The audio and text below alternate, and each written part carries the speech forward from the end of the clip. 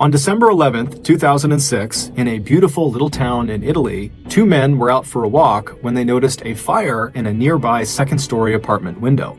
They quickly ran up the outside stairs to get to this apartment, but when they reached the open front door and looked inside, they froze. What they saw was nothing short of a nightmare.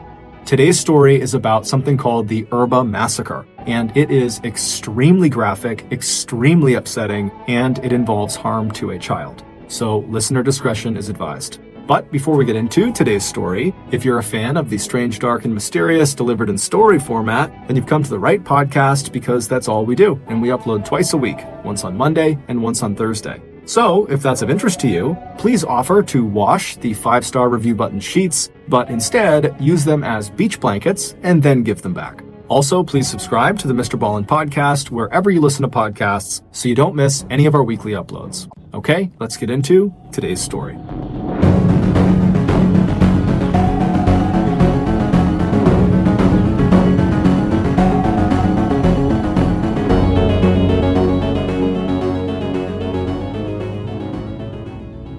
On the late afternoon of December 11th, 2006, 30-year-old Raffaella Castagna glanced out the upstairs window of her condo that was located in the center of Erba, a small and well-to-do town in northern Italy. The weather had been beautiful all day, but since she needed to go out to the store to pick up a few things for dinner, she reflexively was looking outside to make sure the sun was still out. When she saw that it was, she turned around, grabbed her coat off of a nearby chair, and then walked into the kitchen to say a quick goodbye to her mother and her 2-year-old son, Yusuf. Her mother, 60-year-old Paolo Galli, was sitting in a chair next to little Yusuf, who was busy drawing pictures at the table with thick-colored crayons. Raffaella gave her son a kiss on the head and then asked her mom if there was anything she needed at the store since she'd be there anyways. Paola, who was an attractive woman with light brown hair pushed behind her ears, looked up for a minute from Yusuf's scribbles and told her daughter that maybe she should pick up some clementines and a little cake for Yusuf. And other than that, if Raffaella got the loaf of bread and bottle of wine along with the vegetables they'd need to make pasta that evening, they'd be all set. Raffaella smiled and nodded, and then thanked her mom for looking after Yusuf for a bit, and then she turned and headed towards the door of her condo, where she took a shopping bag from the hook off the wall and slipped it over her shoulder. After calling out a final goodbye to her mom and son, Raffaella stepped outside of her apartment onto a narrow balcony that stretched the length of their 3-room unit. To her left was the stairway that led both down to the cobblestone courtyard below, and also there was a stairwell that went up to the attic apartment right above her condo, where Mr. and Mrs. Cherubini lived. Before heading for the stairs, Raffaella just walked forward and leaned up against the railing and surveyed the courtyard right in front of her. Her apartment was part of a very old complex of condo units clustered around this rectangular courtyard right in front of her where residents parked their cars. Some of the 7 buildings that made up this complex were 6 stories tall, while others were just 3 stories tall. Raffaella's apartment was located on the second floor of one of the buildings that had 3 stories. It was a renovated farmhouse with pale stone walls that looked yellow in the afternoon sun. To her right, at the far end of the courtyard, was a gate that led out to a narrow road called Via Diaz that left the courtyard and wound around the outside of the condo complex and led down to the shops and restaurants in town. The single window in Yusuf's bedroom and the window in the master bedroom that Raffaella shared with her husband looked out over this road Via Diaz, and Raffaella's son loved to stand at those windows hoping to catch a glimpse of a big truck as it drove by. From her perch on the balcony, Raffaella looked up and over the roofs of the condo in front of her. In the distance, she could see the purple outline of the Alps, the mountain range that separated her town from their neighbors, France to the east and Switzerland and Austria to the north. But like most of the other 16,000 or so inhabitants of Erba, Raffaella didn't really notice all the beautiful sights around her that made Erba and other small Italian towns popular to tourists. Instead, as she stood there at the balcony railing, all she could think about was just how happy she was now that her family had finally started speaking to each other again. For almost 3 years, ever since her relationship with her 25-year-old Tunisian husband, Azouz Marzouk, had started getting serious, her father and 2 brothers had basically stopped talking to her. Raffaella had always been more rebellious than her 2 brothers, and her family, who were all devout Catholics, had not been happy when she converted to Islam and married Azouz.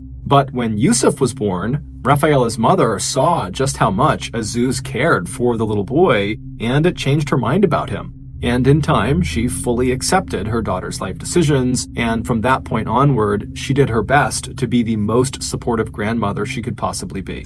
And recently, Rafaela's father, Carlos, who owned a successful local furniture company, he had also finally started coming around too. And while of course this made Rafaela extremely happy, it was actually little Yusuf, with his dark hair and dark eyes and bright smile, who was the happiest about this new family dynamic, because he adored his grandparents, and his grandparents totally adored him. Recently, Yusuf's grandfather had sent some of his workers over to Rafaela's condo to install some soundproofing. This way, Yusuf could play on the floor of his bedroom with his beloved trucks and push toys without disturbing the neighbors. Yusuf was extremely pleased about this. At some point, Rafaela pushed herself up from the railing, she buttoned her coat, and then she walked down the stairs to the courtyard. As she left the courtyard and turned onto Via Diaz, heading for her favorite local market, Rafaela nodded and smiled at some of her neighbors who were also out for a walk. Rafaela enjoyed the chance to walk into town by herself, going as slowly or quickly as she wanted. She had recently landed a good part-time job at an assisted living community for the disabled, and while she loved the work, at times it could be so hectic that it was nice to get away and be alone whenever she could.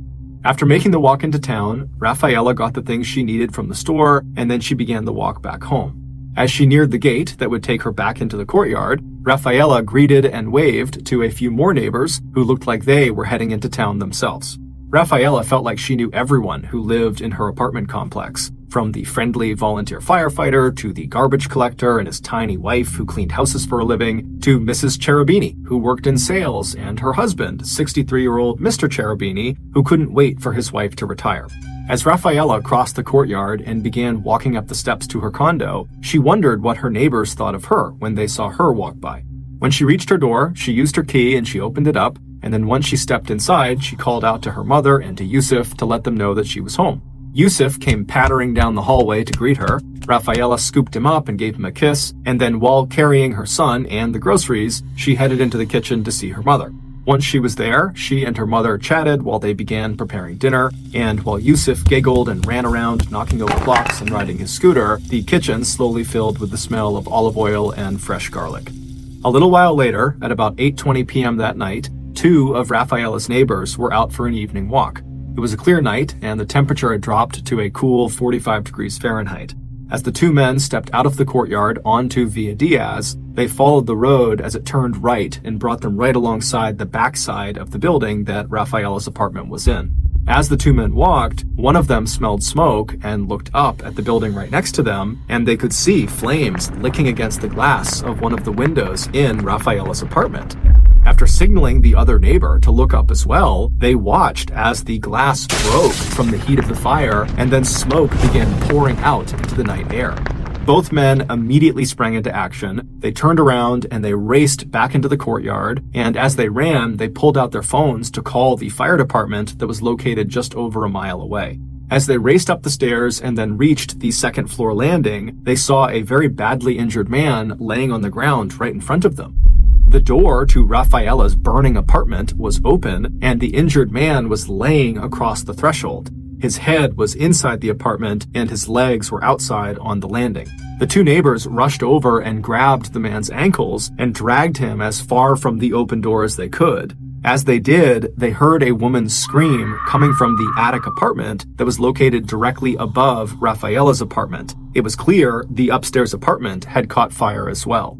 The injured man nodded his head helplessly towards the outside stairs that led up to this attic apartment, but when the two neighbors looked up at the third floor and saw the apartment above, there was so much smoke and fire coming out of the windows that they knew it would have been suicide to try to go up there and save whoever was screaming. And so with no time to feel bad about that, the two neighbors turned their focus to the open doorway to Rafaela's apartment. One of the men stepped inside the very smoky apartment, and after taking only a few steps, he saw there was a woman lying motionless on the ground, and her skin and clothes were on fire.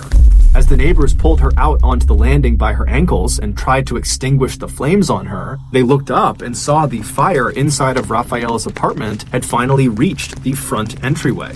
So the men knew that even if there were more people trapped inside of Rafaela's apartment, there was no way they could get to them. By the time the fire department arrived just minutes later, the terrible screaming in the attic apartment had stopped, and the two neighbors, who were now coughing and filthy, could see that the woman they had pulled from the apartment who had been on fire was 30-year-old Rafaela Castagna, and she was dead. As the firefighters and emergency medical personnel took over, the two neighbors who had done their best to save the people in the fire stumbled back down the stairs and out into the courtyard, shocked and horrified by what they had just seen and experienced. Meanwhile, both the courtyard and the street running alongside the back of the condo via Diaz were filling up with neighbors and curious bystanders. Some were taking pictures with their phones, but most just stared upward at the firefighters climbing up the ladder truck trying to make their way into the burning apartment. Once the fire was finally out, medical personnel and police went inside to see if anyone else had been in there, and unfortunately there had been. One by one, 3 more bodies were brought outside. The first was Rafaela's mother, Paula, who had been found halfway down the hallway that connected the entrance of the condo to the kitchen and living area. The second was the Castagna's 55-year-old neighbor, Mrs. Cherubini, who had been the woman screaming in the attic apartment. And the third and final stretcher that came out carried the small body of Rafaela's 2-year-old son, Yusuf. The only survivor, Mr. Cherubini, who had been pulled out onto the landing by the 2 men who first reported the blaze, he had been rushed to the hospital in the nearby city of Como, and it was unclear if he was going to survive. Late on the night of the fire, Rafaela's father learned the terrible news. In a voice so choked with tears that you could barely understand what he was saying, Carlos called Rafaela's 2 brothers and told them, "Your mother and sister and Yusuf, their neighbor, Mrs. Cherubini, they are dead. All 4 of them are dead." After the 4 bodies were loaded into ambulances and taken to the medical examiner's office, where a doctor would perform autopsies to determine the cause of death, police tried unsuccessfully to disperse the crowd of spectators in the courtyard and out on the road on the other side of the condo. So instead, police just used yellow tape to set up a clear perimeter around the burned-out apartment to at least keep people at a distance. As the police and arson investigators, who were dressed in full-body protective gear, started lugging lights and equipment into the ruined unit, the mood amongst the residents who were still gathered outside in the courtyard quickly turned from shock to concern.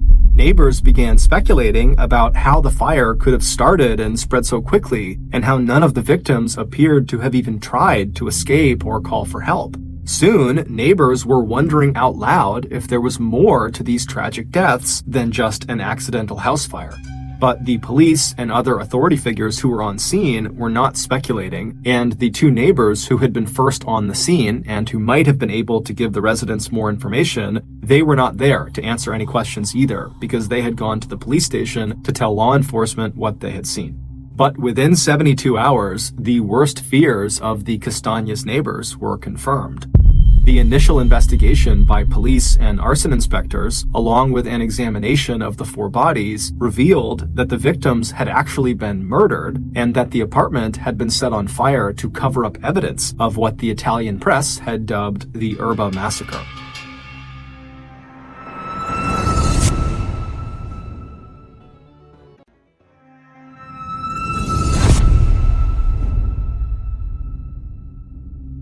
In the initial police reconstruction of the crime, Mr. and Mrs. Cherubini, the Castagna's neighbors who lived above them in the attic apartment, they had likely smelled smoke and had rushed down the outside stairs from their apartment to the Castagna's to see if something was wrong. But once they reached that second-floor landing, the Cherubinis must have stumbled into the perpetrator who had just killed Rafaela, her mother, and Yusuf and set the fire and was now trying to flee.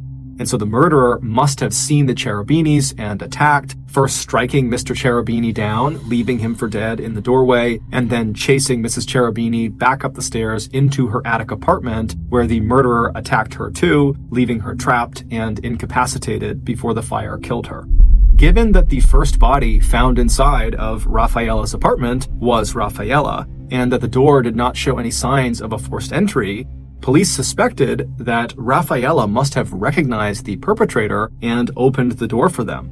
The only person who could confirm or deny any of these details was Mr. Cherubini, and while he had survived the attack, after reaching the hospital, he had fallen into a coma, and so he had not been able to tell police or anybody what had actually happened. After the news broke about the murders, the police flooded Rafaela's apartment complex and began interviewing everyone. Did the Castañas have any enemies? Did you see anyone strange walking around the apartment complex that night? Did you see any of the Castañas that night? And if so, what were they doing or who were they talking to? But even as investigators carried out these constant interviews with neighbors and continued sifting through all of the evidence in the burned-out apartment for clues to the killer's identity, the investigators' real attention was actually focused on Rafaela's husband, Aziz. He had not been home at the time of the fire, and his whereabouts were unknown. Police weren't the only ones to suspect Aziz. As everyone in Erba seemed to know, Rafaela's husband had only recently been released from prison that year under a mass pardon by the government.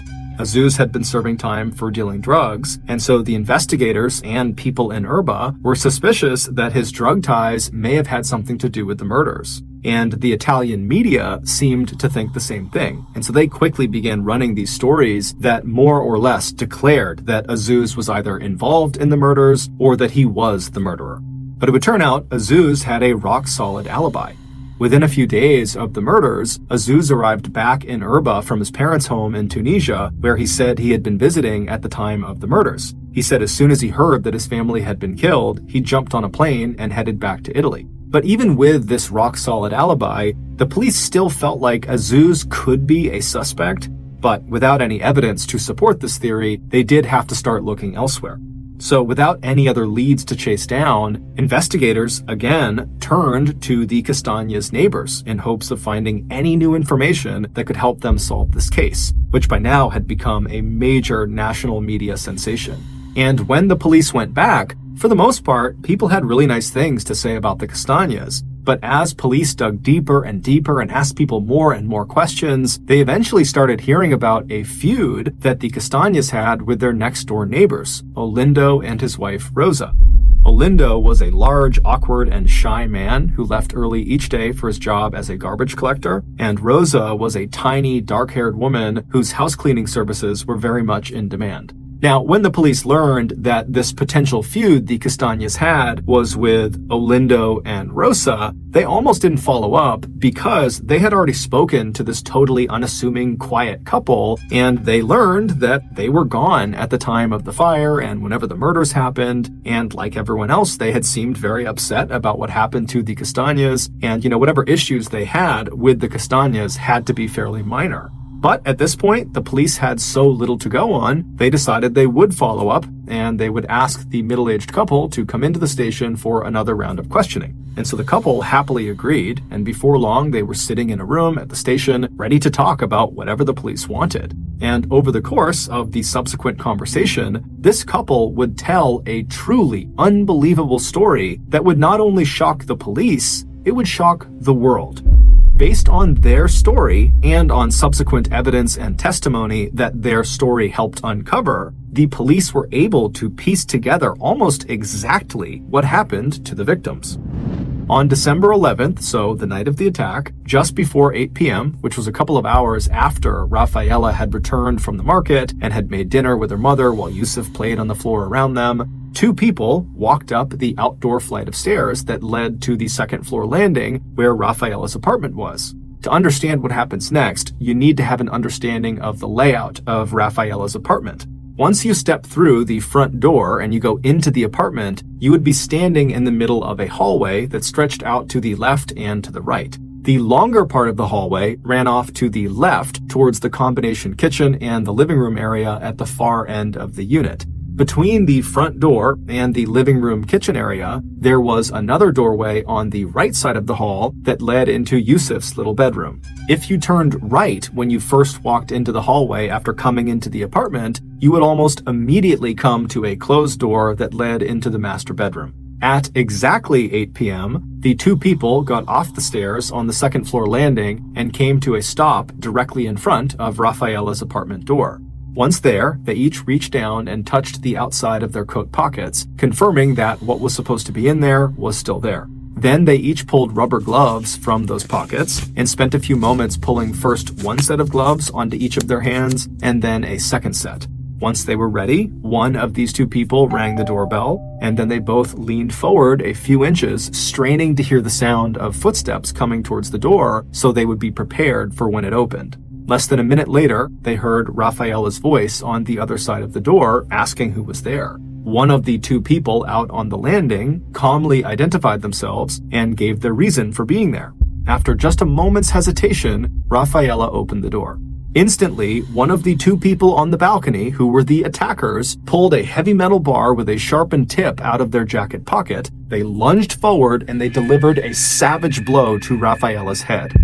As soon as Rafaela fell to the floor, her attacker reached into their jacket pocket and pulled out a sharp kitchen knife. Then they rushed forward until they were standing directly over Rafaela, and they reached down and they slit her throat from ear to ear.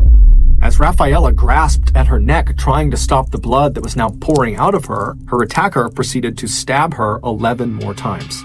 After this, the two attackers stepped over Rafaela's body, and then they turned left and began walking down the long hallway toward the kitchen and living area. As they pushed aside a child's scooter and toy trucks, they came face to face with Rafaela's 60-year-old mother. Paula had left the living room couch where she was sitting next to her grandson and was calling out in a panicked voice to her daughter, asking what was going on. Without hesitation, the same attacker who had just savagely attacked Rafaela raised the same sharpened metal bar and swung it at Paula's head. But the grandmother put up a fight, raising her arms to shield herself from this blow before pushing the attackers as hard as she could back down the hallway. However, the two attackers eventually overpowered Paula and they knocked her to the floor. And as soon as she hit the ground, one of the attackers leaned down and made a deep slash across the woman's throat. At the same time that was happening, the other attacker stepped past Rafaela's mother and headed into the small living area where 2-year-old Yusuf, still dressed in his trousers, socks, and a brightly patterned top, sat too terrified to make a sound alone on the small sofa. He watched as his murderer walked up to him, leaned forward, and with their weapon held in their left hand, they grabbed his shoulder, and then a moment later, they slid the point of the knife into the little boy's throat. With the entire family either dead or dying, the attackers turned and began walking back down the hallway back towards the front door. On their way, they poured lighter fluid on Paula and her daughter Rafaela. They also sprayed lighter fluid all over Yusuf's bedroom and the master bedroom. Then the attackers lit 3 separate fires around the apartment before heading for the front door. But as the attackers stepped out onto the second floor balcony, they heard footsteps pounding down the enclosed stairway right above them. It was Mr. and Mrs. Cherubini. They had indeed smelled smoke and they were coming down to help their neighbors. Taken by surprise, the attackers responded with immediate savage force. As one of the attackers slashed the throat of Mr. Cherubini, leaving him to bleed out where he fell, partway across the threshold of Rafaela's condo, the other attacker took off after Mrs. Cherubini, who had begun running, terrified, back up the steps to her attic apartment. By the time Mrs. Cherubini had managed to get back through the door of her own home, where police would find her dead, kneeling on the floor with her head in her hands, she had suffered 8 blows to the head and 34 stab wounds to her back and thighs. The only reason Mr. Cherubini did not die from this attack was because of a congenital malformation of his carotid artery that stopped him from bleeding out before emergency medical personnel had arrived and could take him to the hospital. By 8:15 p.m., the 2 killers had finished their work. They had stuffed their bloody gloves back into the pockets of their coats, they had gone back down the stairway that led into the courtyard, and they had disappeared. Just 5 minutes later, the 2 men who had been walking past Rafaela's apartment that evening along Via Diaz, they would look up and they would see flames and smoke starting to pour out of the 2nd-story apartment window, and they would run back and discover the gruesome scene. The reason Olindo and Rosa's story was so shocking to police, and the reason it filled in all of these gaps about what happened, was because their story was actually just a detailed confession. The shy garbage collector and his tiny wife, who was obsessed with quiet and cleanliness, were the killers. Olindo confessed to killing Rafaela and her mother and slashing the throat of Mr. Cherubini. The details of Mrs. Cherubini's death are unclear, but Rosa would tell police that she remembered chasing Mrs. Cherubini back up the stairs, and as the terrified woman scrambled to get back into her apartment, Rosa recalled making an upward stab with her knife into the back of Mrs. Cherubini's thigh. As for little Yusuf, Rosa, showing no emotion, told police that she was the one who slit the boy's throat.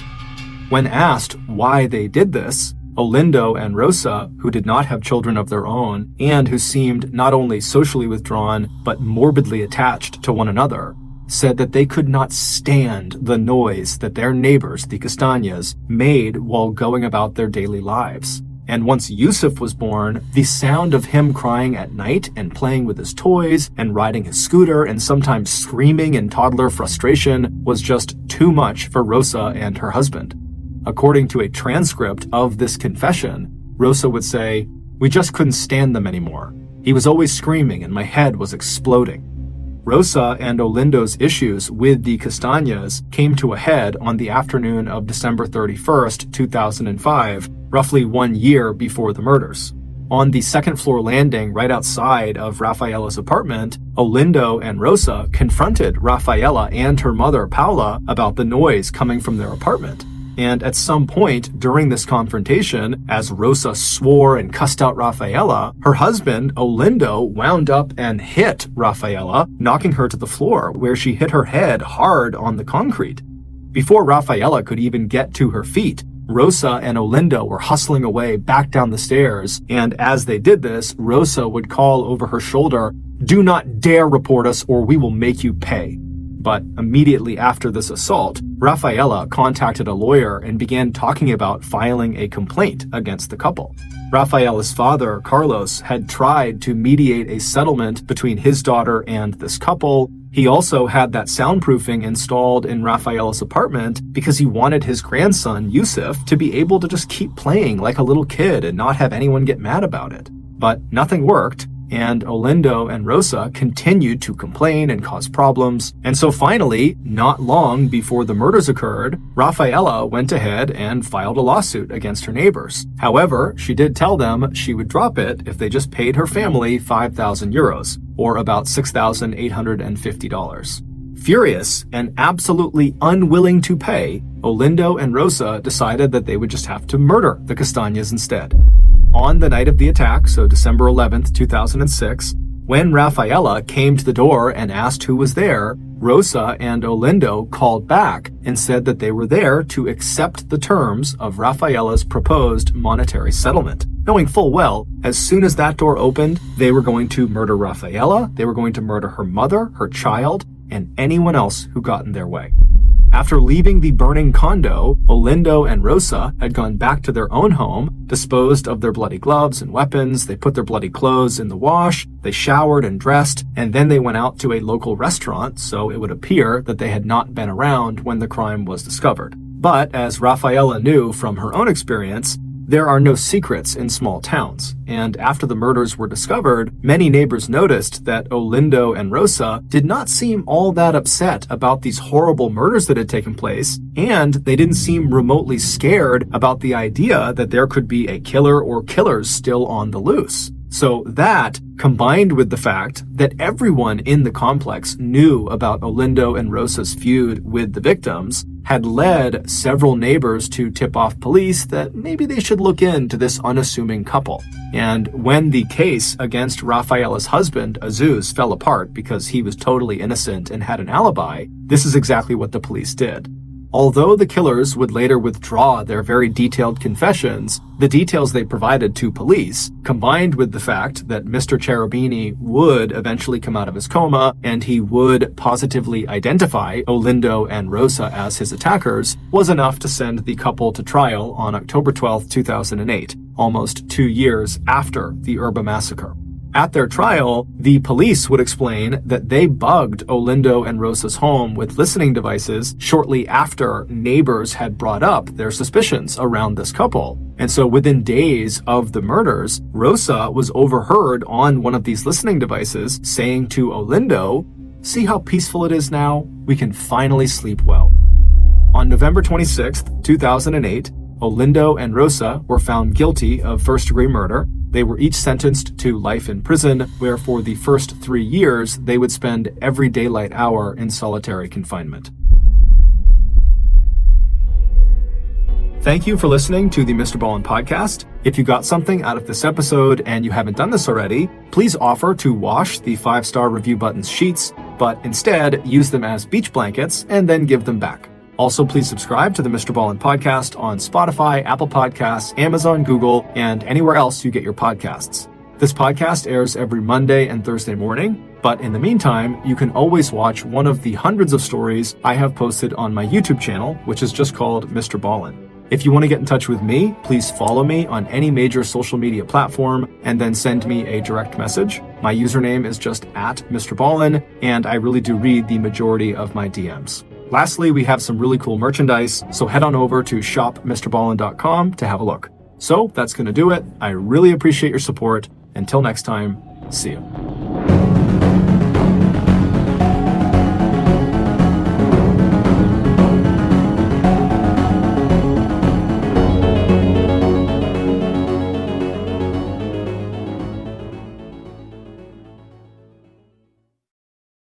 Today's podcast features 3 separate, unique stories that share a theme. They all involve cannibals. The audio from all of these stories has been pulled from our main YouTube channel and has been remastered for today's episode. The links to the original YouTube videos are in the description. The first story you'll hear is called Big Fire, and it's about a couple who discovers a deserted island.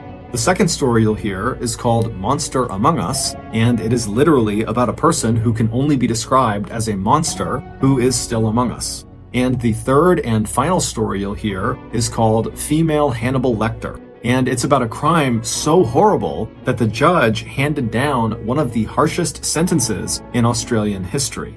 But before we get into today's stories, if you're a fan of the strange, dark, and mysterious delivered in story format, then you've come to the right podcast because that's all we do, and we upload twice a week, once on Monday and once on Thursday. So, if that's of interest to you, please offer to spray the 5-star review button's face with sunscreen, but instead use bear spray.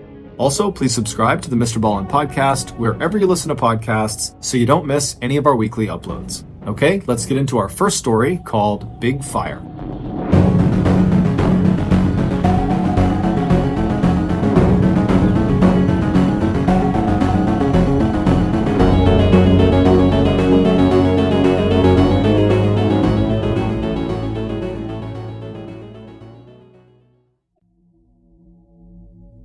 In 2011, Heike Dorsch and her boyfriend Stefan Rahman were living their best life sailing southwest from the Galapagos Islands. For the last 3 years, they had abandoned their lives in the city and had moved on to Stefan's catamaran and were just sailing the globe.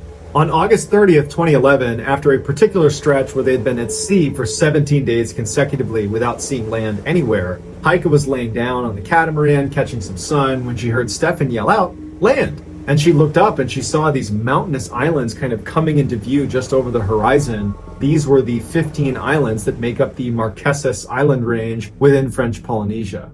Heike remembers not being able to control her grin. It was like she couldn't stop smiling because it really looked like paradise, and she was so excited to land there. The Marquesas Island range were not big tourist attractions because of how mountainous and rocky they were, and the water was not that beautiful Kool-Aid blue that people expect out of French Polynesia.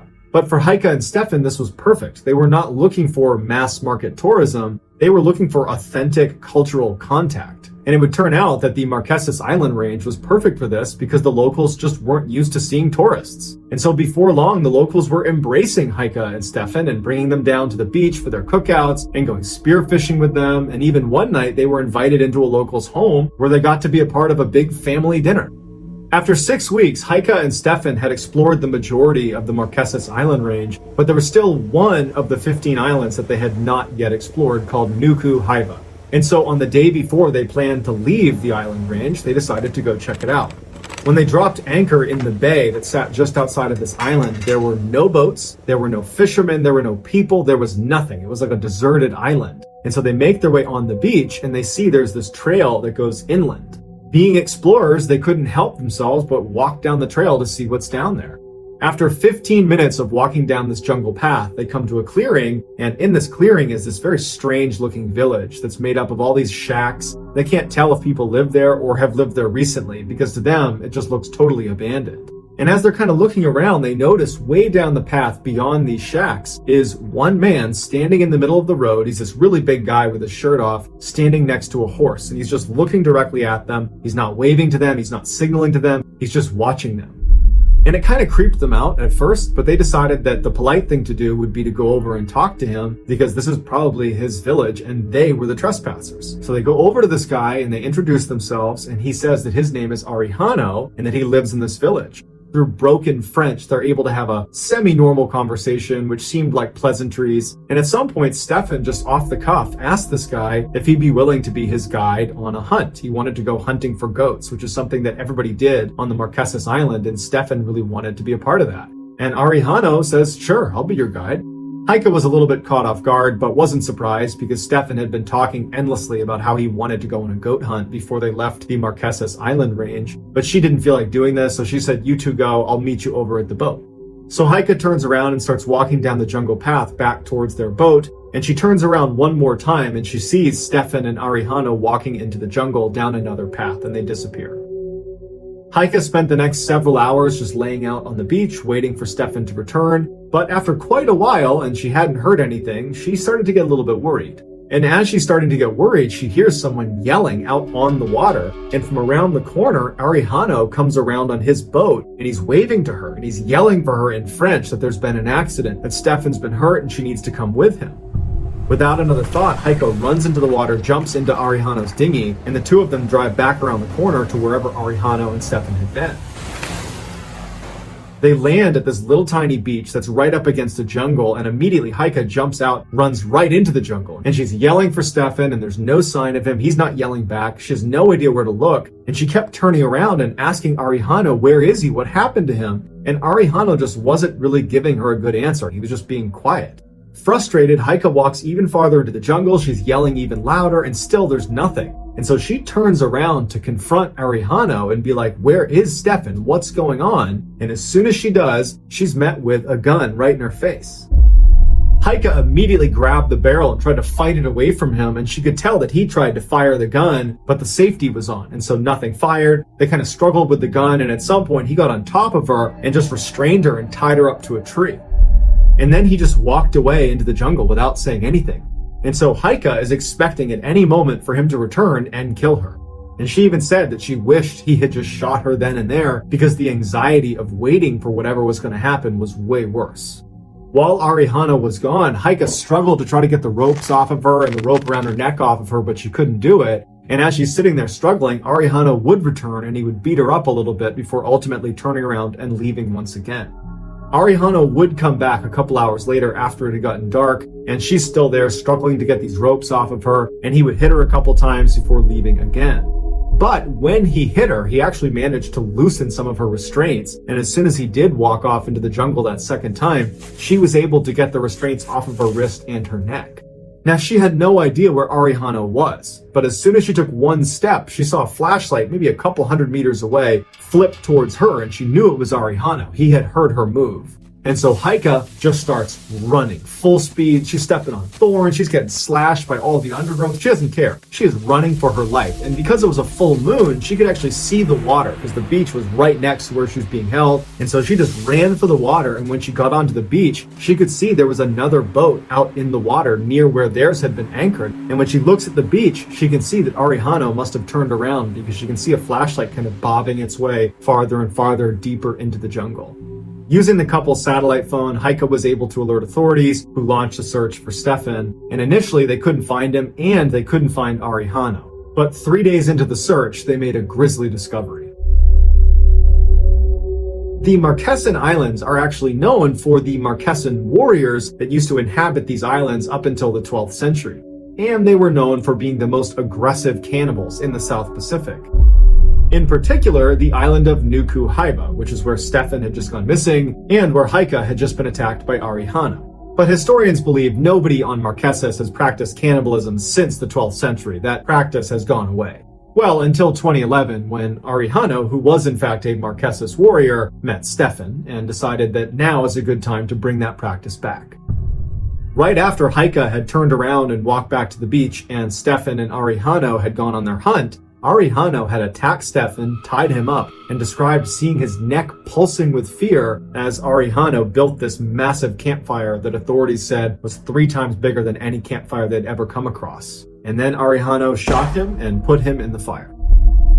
Although Arihano would be captured and convicted of killing Stefan, Arihano would never actually come out and say that he had in fact eaten portions of Stefan, and it was impossible to tell from his remains how much had been consumed versus burned off in the fire.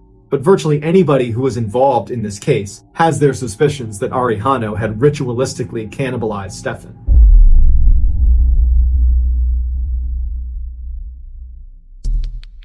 Our next story is called Monster Among Us.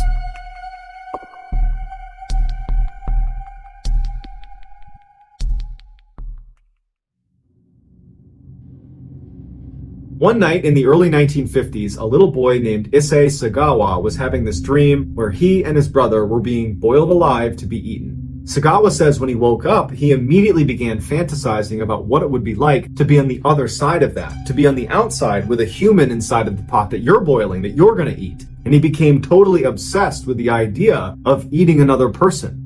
By the time he was in first grade, he would find himself staring at his different classmates' legs, and his mouth would be watering because he wanted to take a bite out of their leg. For 3 decades, he was able to suppress that urge, but in 1981, those cannibalistic urges would get the better of him.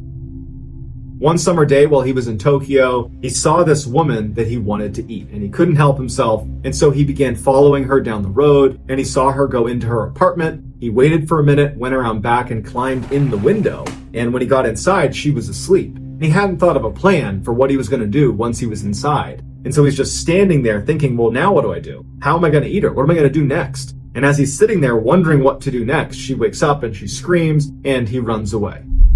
After this breaking and entering incident, Sagawa would actually seek help. So he goes to a psychiatrist and he says, this is what I did. I snuck into her house because I wanted to eat her. And the psychiatrist would end up telling Sagawa's family that I have to label him a high risk to society because he's not just thinking about doing these things. He's already acting out these fantasies. Now, Sagawa's father was extremely wealthy and powerful. And when he heard this from the psychiatrist, he was like, no, we're not going to do that. And so using his power and influence, he was able to kind of cover up what the psychiatrist had found, and he shipped his son to Paris. Once Sagawa landed in Paris, he enrolled at the Sorbonne University and began studying literature. Despite having sought help for his cannibalistic urges, when he was in Paris, he started having that urge again and he couldn't control it, and instead of going to another therapist or psychiatrist, he begins to look for another victim. Sagawa considered himself short, weak, and ugly, and so he was actually looking for a tall, beautiful Western woman so he could absorb their energy and somehow become a bigger, better version of himself. And so he began looking around Paris for tall, beautiful women that he could potentially eat, but no one seemed like a good fit until he met Renee Hartvelt. Renee was a tall, beautiful, 25-year-old Dutch student who was going to school with Sagawa at Sorbonne. In order to get close to her, Sagawa would ask his father if he would give him some money so he could hire Renee to be his personal tutor. His father gives him the money, Sagawa hires Renee, and they strike up this working relationship together. And over time, Sagawa would build trust with Renee, they would become friends, and at some point he asked Renee if she'll actually come over to his apartment, something they had not done yet. And she's sitting in his apartment with her back turned to him. He leaves the room and comes back with a rifle, and he tries to fire it, but it jams. And she hasn't heard him do this, and so he's standing there and his weapon's now jammed. He hasn't fired it, and he just puts the weapon away and comes back out and acts like nothing's happened. And he's sitting there wondering, is this a sign that I'm not supposed to do this? But at the end of the night, when she finally left, he decides, you know what, I gotta go through with this. I have to eat her. And so the next night he gets her to come over again. He gets the rifle out when she's sitting with her back to him once again, except this time the rifle fires. Only for an instant, he felt really bad and thought, maybe I should call an ambulance. But then he stopped himself and he said, you've waited so long for this. You gotta just go through with it. He immediately tried to take a bite out of her, but it was too difficult and unpalatable. So he calmly leaves his apartment, he goes to the store, he gets a blade, he comes back, and he's able to begin removing pieces of Renee so he can eat them. Over the next 2 days, Sagawa would eat most of Renee, and he would take pictures of himself throughout the entire experience. When he finally felt full, he left a couple pieces still in his freezer, but put the rest of her in a suitcase and went to dump her in a lake. But as he was wheeling these heavy suitcases around town, people saw them, and it just drew a lot of suspicion. And at some point, someone must have called the police. They show up, they ask him what's inside the suitcase, they open it up, and there's Renee. When questioned about it, he just said, "I killed her to eat her flesh." Sagawa awaited trial for 2 years in a French prison, and when he finally went in front of a French judge, when the judge read the details of this crime, it seemed so crazy and outrageous that the judge decided there's no way Sagawa can be sane, and so he was deemed insane and unfit to stand trial. He was ordered to go to a mental institution where he would be held indefinitely. Shortly after that, the French deported Sagawa back to Japan, where they expected him to remain in a mental institution for the rest of his life. But that didn't happen because the French dropped his case and his documents were sealed. And when he arrived in Japan, the Japanese could not get access to his court documents, and so they did not have a case against Sagawa, and so they had to let him walk free. And so in 1986, Sagawa checked himself out of the Japanese mental institution that he had been sent to, and he's been free ever since. He's written books and he's been featured on TV shows. He's even been called in to be a food critic.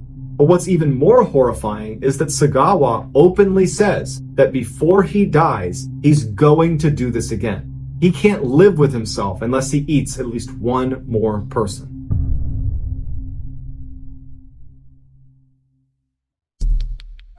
The next and final story of today's episode is called Female Hannibal Lecter.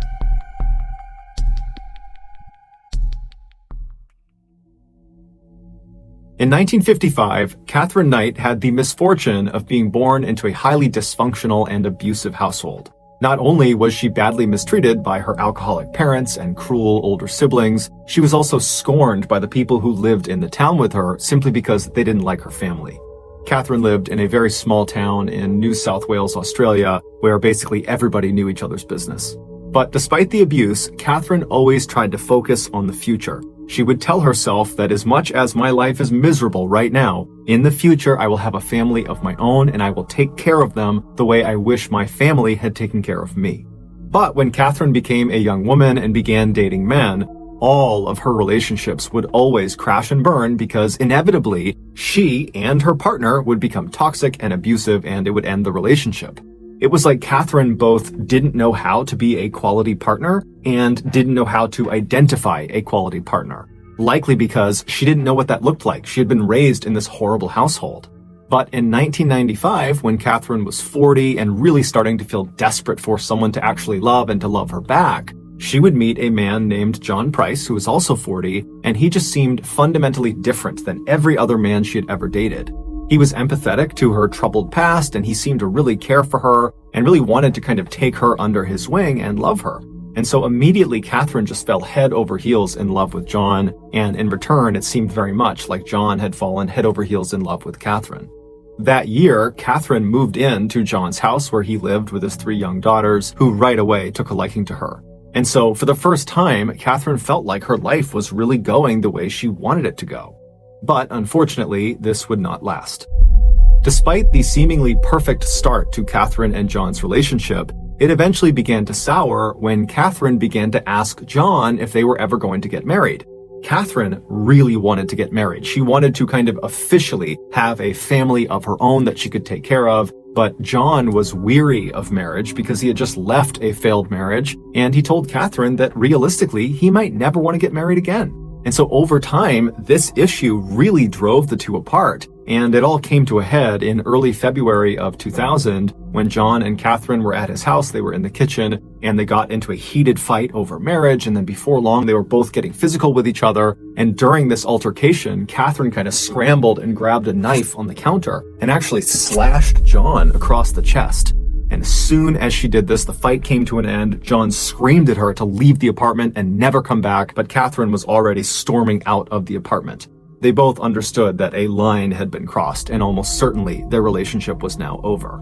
But over the following days and weeks, Catherine, who had moved into a different apartment at this time, kind of near where John was living, she felt very lonely, and even though she knew her relationship with John was not a healthy one, she longed to patch things up with him. She didn't like being alone. She wanted to have that family. And so she decided she would do what she had previously done in other relationships to kind of patch up the relationship after a fight. And so the way she would do this is she would kind of make sure they had the house to themselves, and then she would show up in lingerie, and they would have kind of an intimate makeup moment, and then everything would go back to normal. So on February 29th, Catherine waited until she knew John had left for work, and she went over to his place, and she had a key to it still, and she went inside, and his 3 daughters were there, and so Catherine said hello, and she chatted with the kids for a minute, and then she made arrangements for the 3 kids to go get picked up by a babysitter and spend the night outside of the house. And so then when the babysitter came by the house and picked up the 3 girls, Catherine said goodbye to them, and then Catherine left John's place and she went out to get her lingerie. Later in the evening, when John came back to his house, he went inside and he found his kids weren't there, but there was a note from Catherine that explained where his kids were and how she wanted to make up with him and she would be back in a little while. Now, John was not happy about this. He was angry that she had decided to just come into his house without asking him. That felt very violating. And then also she made a decision about his kids without talking to him. That just felt so offensive and wrong of her to do. And so John grabs a beer out of the fridge, he sits down in the living room, and he begins to wait for Catherine to show up.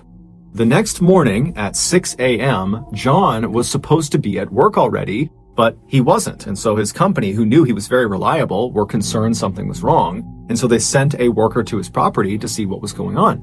And so the worker, he pulls up in front of John's house.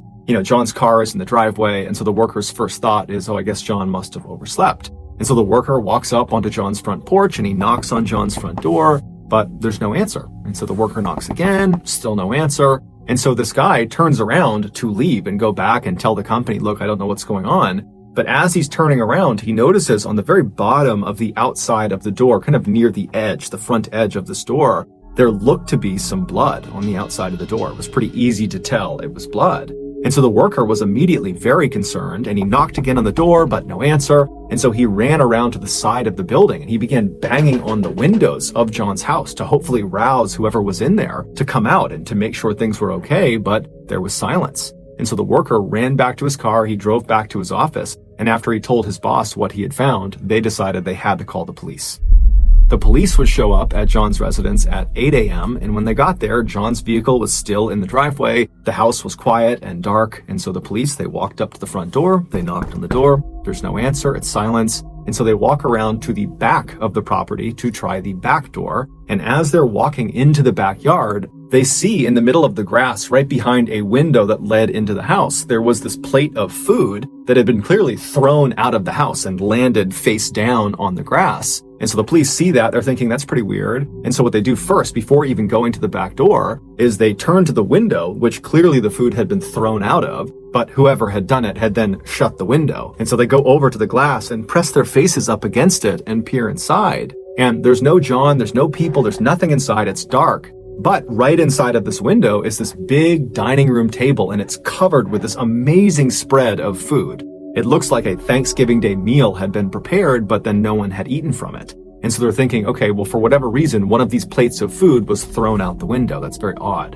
And so the police come off the window, they walk over to the back door, they knock a few more times, but after even more silence, they kick the back door down and they go inside. As soon as they step in, there's 2 officers. They walk straight into the house with the dining room table with all that food on their left, and there's nothing that stands out. They're calling for John, it's silent, everything is off, everything is quiet, and they keep on walking into what appears to be the living room where the TV is and where there's a couch, and as soon as they walk in, they see there's blood everywhere. And towards the front of the living room, where the front door actually opened into the house, there was a very obvious pool of blood. Basically, if you stepped into the house, you'd be stepping into this puddle of blood. And as they're looking at this pool of blood, they see there is a distinct blood trail from the pool back into the living room that they have just walked into, and the trail kind of leads behind a couch out of their view. And so they walk around the couch to see what's at the end of this trail, and they find Catherine Knight's crumpled body on the ground. And so right away they rush over to her and they feel for a pulse, and they discover that she actually does have a pulse, but very obviously she's clinging to life, barely. And so one of the officers stays with Catherine while they're calling in paramedics to come in and deal with her, while the other officer draws their weapon and they begin searching the rest of the house. And so the officer walks past the front door on their left, and they go into the other side of the first floor, which is basically like this lounge room, kind of like a secondary living room. And as they're looking out across this room, they see there's no one in it, but there appears to be this curtain blocking the entrance to some other side room. And this officer, as they're looking at it, they look down and they notice there's another blood trail that starts from the front of the house. It snakes all the way across this lounge room and kind of disappears into this covered up room. And so this officer yells out for John, but there's no answer. And so he ends up going all the way across, checking as he's going, looking around, but there's no one there. And he gets to this towel, and with his non-shooting hand, he kind of pushes it out of the way, and he looks inside of this space. And it turns out to just be a small closet. There was nothing of note inside. It didn't really make sense that the blood trail had led to this closet. But then, as the officer was kind of wondering why the blood trail ended here, he started to feel something cold on his non-shooting arm. And so he looked down at his arm and he saw there was this huge streak of blood on his arm. And he knew he had not been wounded in some way. This was not his blood. So how did he get blood all over him? And then he stepped back in horror because he realized the curtain that he had just moved with the arm that had blood on it was not a curtain. The night before, John sat in his living room waiting for Catherine to return, very angrily waiting for her to come back. But by 11 p.m., she hadn't. And John, he works super early in the morning. He's very tired. He decides to just go to bed. And so he climbs into bed, he falls asleep, and then about an hour or so later, Catherine would walk into the bedroom. She had her black lingerie on that she had bought earlier in the day, and even though John was furious with her and very upset with what she had done that day, seeing her like this suddenly made him think, you know what, all my issues with her can wait. And before long, they were getting intimate together in the bed, and then they fell asleep in each other's arms. Later in the night, Catherine would wake up, John's still fast asleep, so she's looking right at him, and she suddenly has this intense sense of disgust. She was convinced that he was taking advantage of her, that the reason he didn't want to marry her was he was just kind of using her. And this anger inside of her boiled up, and she decided right then and there that I need to teach this man a lesson he will never forget. And so Catherine very quietly slipped out of the bed, John's still sleeping. She snuck out of the bedroom. She made her way out of the house and she got into her car and she drove across town to the apartment she had been staying in for the past couple of weeks, and she grabbed her work tools. Catherine, where she worked full-time, was a meat processing factory, and she worked on the kill floor with the animals that are being turned into meat.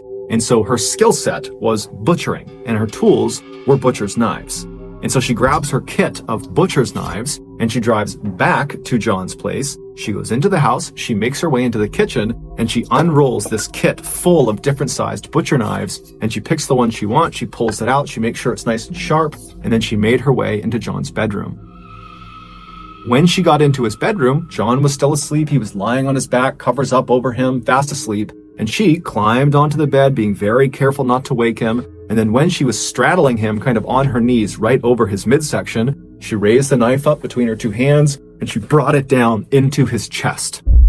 John immediately shot up, bucking Catherine off of him. She went flying onto the floor, and then instinctively, John just begins running out of his bedroom. He has no idea what's happening. He's been stabbed, but he probably can't even feel it. It's all adrenaline. He's just running through the house. But by the time he gets to the front of the house, the blood loss had caused him to be so weak he could barely stand. And so he managed to open the front door, but then he collapsed onto the ground halfway between the inside and outside of the house. And so laying there, he reached out with his bloody hand and he grabbed the edge of the door that was partially open and tried to pull himself out of the house. And that's how that bloody print was left on the outside of the door that the worker saw. And as he's trying to pull himself out of the house, Catherine, who had gotten up after being knocked off the bed, she ran to the front of the house and she grabbed his legs and she pulled him back into the house and then shut the door. And then once he was inside, she got on top of him and stabbed him an additional 36 times all over his body. And then she left him there to bleed to death. And so while he's dying, she goes into the kitchen and she puts on a large pot of water to boil. And then she begins setting the plates all around the dining room table for a big family meal. After she was done setting the table, she went back over to John, who was now deceased at this point, and she dragged him all the way across that lounge room on the other side of the house that the officer walked through and then found that curtain. She dragged him all the way across that room to right in front of that closet, and then using her expert skills from working in the meat factory, she proceeded to skin John from his neck all the way down to his toe. And she was so good at it that she was able to skin him in one piece. And she took this skin suit and she draped it over the entrance to this closet. And then she removed John's head from the now skinned torso, and she placed it in the water that she had put on to boil earlier. She was going to use his head to turn it into some sort of broth or gravy. And then she grabbed his skinned torso and dragged it into the kitchen and began butchering it and then making different dishes with his meat, different pies and casseroles. And then after she had made this enormous feast out of John's body, she set the food all around the table that she had already laid out, and then she made little placards, little name cards that had the names of each of John's children on them, and she placed them in front of each of the plates, because her intention was to feed them their father.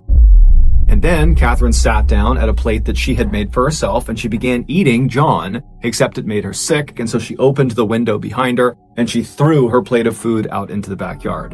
And then when she turned back around and looked at what she had done, she decided that instead of facing the consequences, she would just take her own life. And so she went into the bathroom, she grabbed some sleeping pills, she made her way into the living room, she overdosed on sleeping pills, and collapsed on the ground. However, when the paramedics finally showed up the following morning, they were able to save her. And so once she stabilized in the hospital, she was promptly arrested for John's murder. She would ultimately be found guilty, however, she would never take any responsibility. And then during her sentencing phase, she was given life in prison, but the judge made a special clause just for her. He told them that her file needed to be stamped, literally stamped, never to be released. Basically, there was no hope ever of her getting out of prison. And so after she was taken away, she would become the first woman in Australian history to be sentenced to life in prison without the possibility of parole. She is still alive today.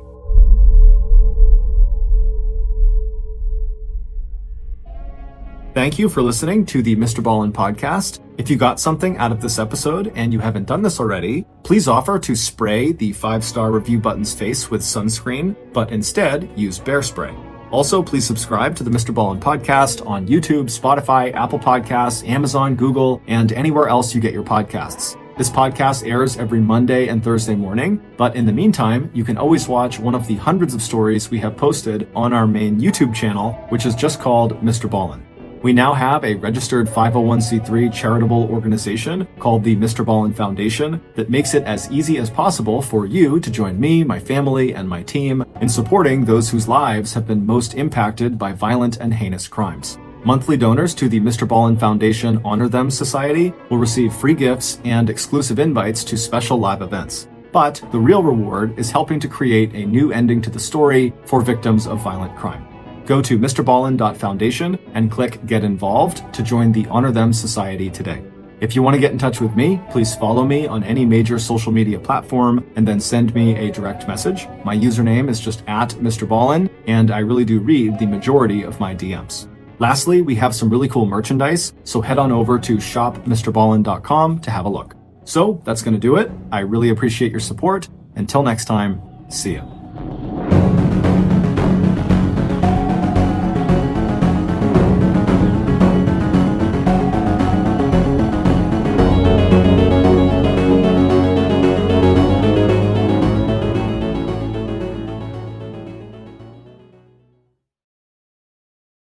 Around 2 a.m. on April 6, 2018, a mysterious person walked down a snowy suburban street in Wadsworth, Ohio. At some point, this person came to a stop in front of a modest 2-story home. At that point, the mystery person looked around to make sure no one was watching them, and then they turned away from the road and walked down the driveway toward the backyard of the property. What this person did next was unspeakably cruel, and it was caught on camera. This story includes graphic descriptions of violence as well as sexual content. As such, listener discretion is advised. But before we get into today's story, if you're a fan of the strange, dark, and mysterious delivered in story format, then you've come to the right podcast because that's all we do, and we upload twice a week, once on Monday and once on Thursday. So, if that's of interest to you, please invite the 5-star review button to come on over for a fun pizza party, but when they get there, only serve fermented herring. Also, please subscribe to the Mr. Ballin podcast wherever you listen to podcasts so you don't miss any of our weekly uploads. Okay, let's get into today's story.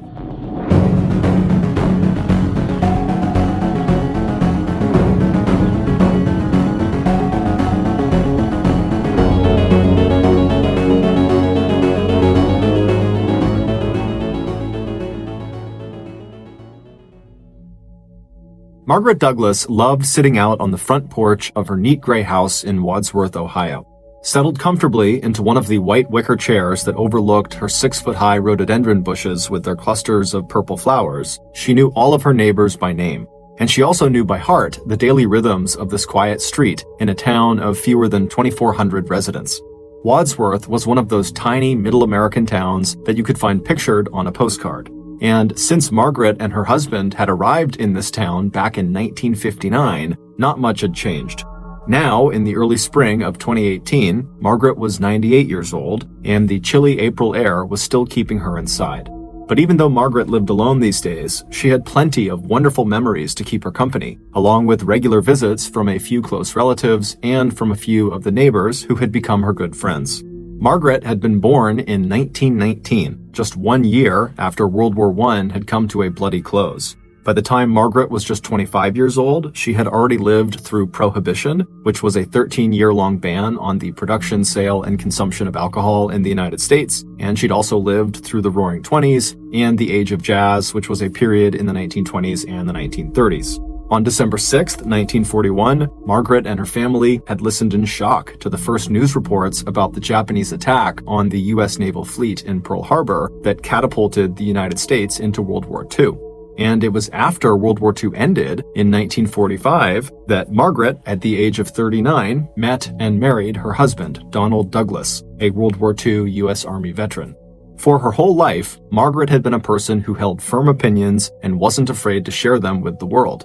And in her husband, Donald, Margaret had found the perfect match. Once they were married and settled into their 3-bedroom house in Wadsworth, together they bucked convention. Instead of having children, they centered their lives around each other, on travel, and on their careers. Margaret loved her job in nearby Akron, Ohio, where she worked at O'Neill's, which was one of the biggest and most glamorous department stores in the state.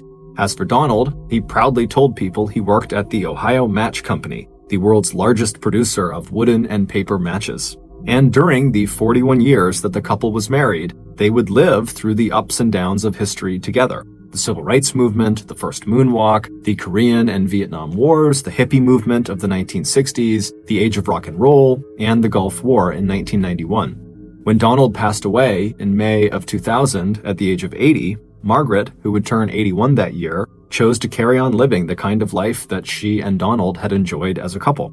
Her first decision was to remain right where she was, living in the house at 359 Portage Street in Wadsworth that held so many happy memories for her and her late husband. She might not have Donald by her side anymore, but, as her nephew Howard Leisure and his wife Cindy knew, Margaret had never been a quitter, and she'd always had this wonderful appetite for life. Over the next couple of decades, Margaret, who was now a widow, spent most of her time socializing with friends or gardening or reading books or watching TV, and she also spent a lot of time watching from her front porch one procession after another of neighborhood kids growing from toddlers to teenagers. Even in 2018, when Margaret was 98 years old, she still kept busy and enjoyed good health. Despite spending more and more time inside of her home, she still cared very much about her physical appearance, she kept up with the news, and she still very much looked forward to her regularly scheduled appointments with her hairdresser. Margaret's philosophy on life was simple. The world changed, and so she needed to change right along with it. On the morning of Thursday, April 5th of 2018, Margaret woke up and made her way to the front door to collect her newspaper. When she opened the door, she saw gray clouds in the sky and felt the chilly spring air blow across her face. She could already tell she would not be spending any time outdoors that day. Her body just could not handle the cold anymore. So, after getting dressed and eating her breakfast, Margaret sat in her favorite armchair in the living room and read a book and also watched some TV. She made 2 more light meals for herself that day, taking her time after each one to wash and dry her dishes, and she also set aside a few bills and notices that she knew she would need to get to in the next couple of days. As it grew dark outside, Margaret climbed the steps to the second floor of her house and got herself ready for bed. After washing up and putting on her nightdress, she went back down the stairs and curled up on the couch to read a bit more of her book and catch a little more TV before going to sleep. A little while later, as snowflakes fell outside of her window, Margaret decided that she was so cozy right there in her warm living room that she would just sleep down there on her couch that night. After turning off the TV and setting her book on the table nearby, Margaret snuggled down into her pillow and closed her eyes. Before she actually fell asleep, It hadn't even crossed her mind to get up and go make sure the front and back doors of her house were locked. She had lived in that house for more than 70 years and had stopped locking the doors a long time ago.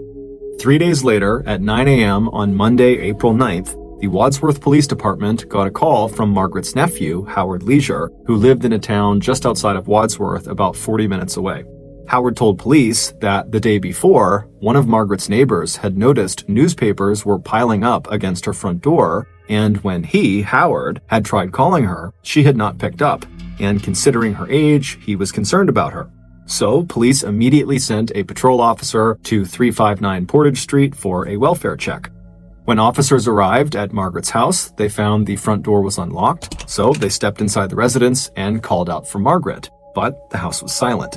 They began searching the property, but there was no sign of a disturbance, nor was there any sign of Margaret, except that her walker, which she took everywhere with her, was still neatly tucked behind a well-used armchair in the living room. Finally, after searching the whole house and finding nothing, the police called back to their station and filed a missing person report.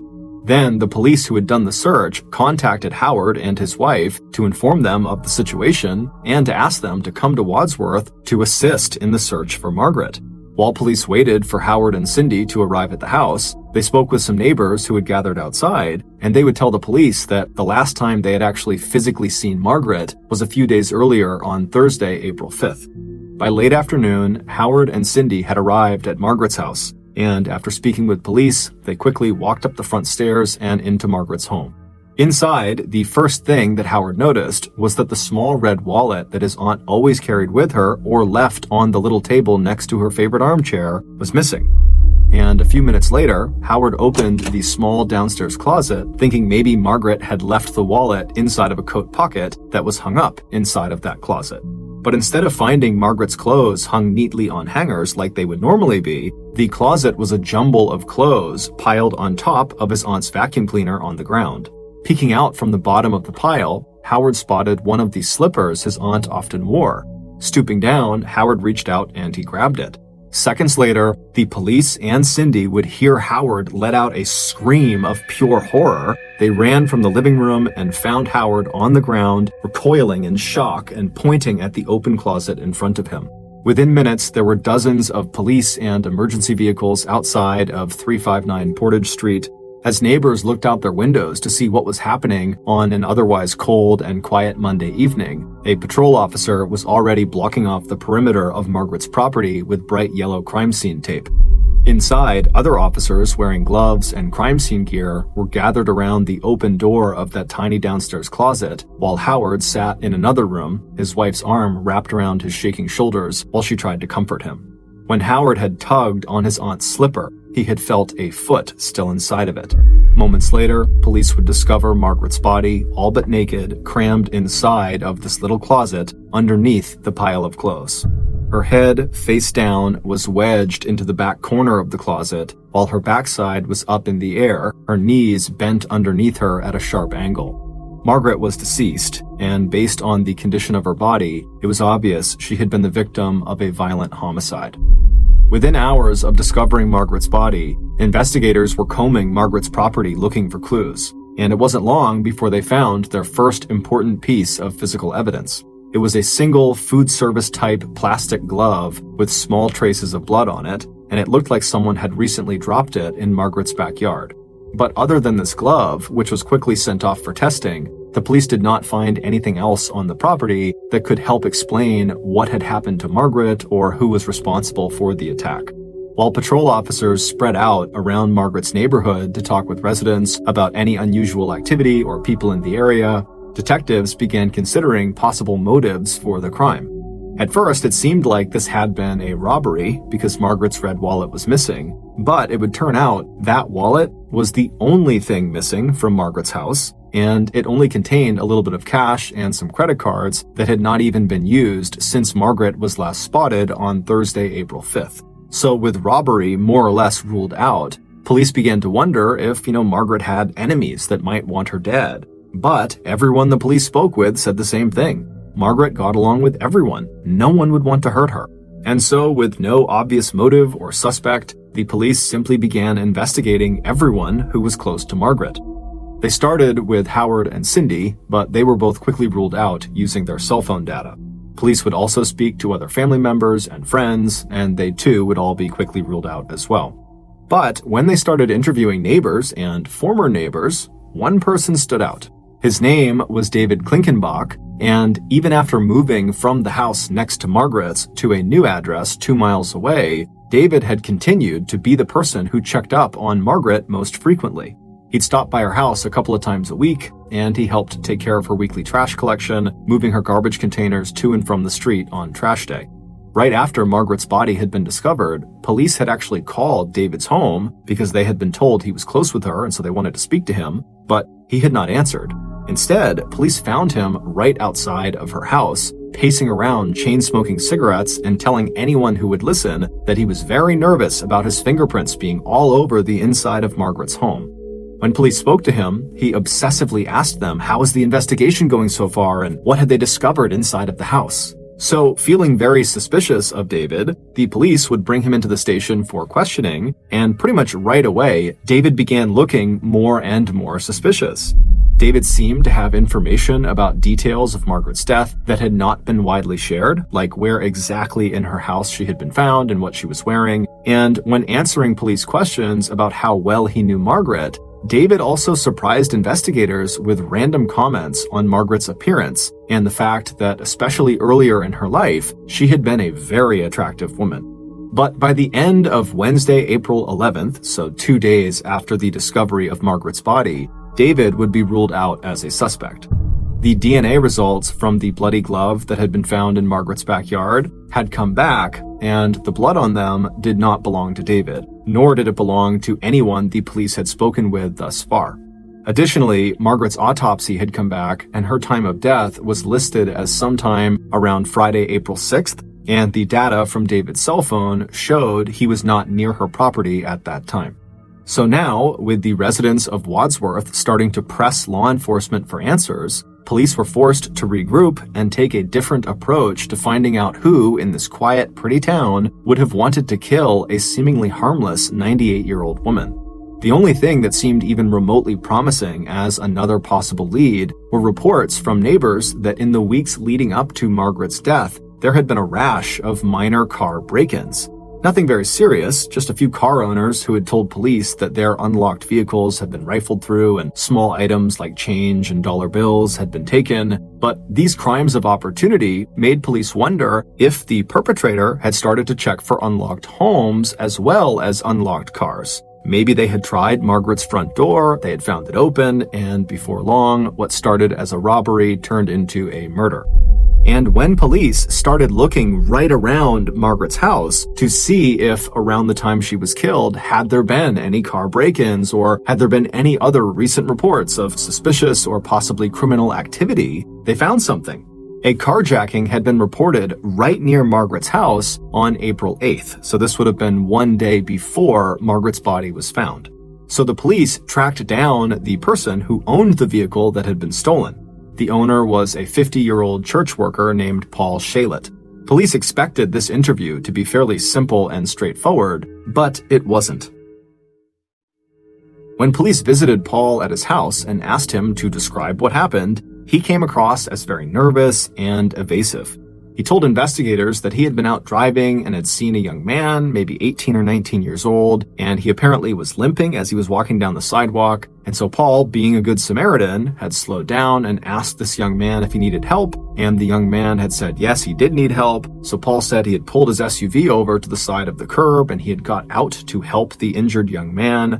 But as soon as Paul had climbed out of his vehicle and had begun walking around the back of the vehicle to make his way over to the sidewalk, apparently this young man had lunged and opened the passenger side door of Paul's SUV. He had leapt across the middle console into the driver's seat and then had sped off, leaving Paul stranded.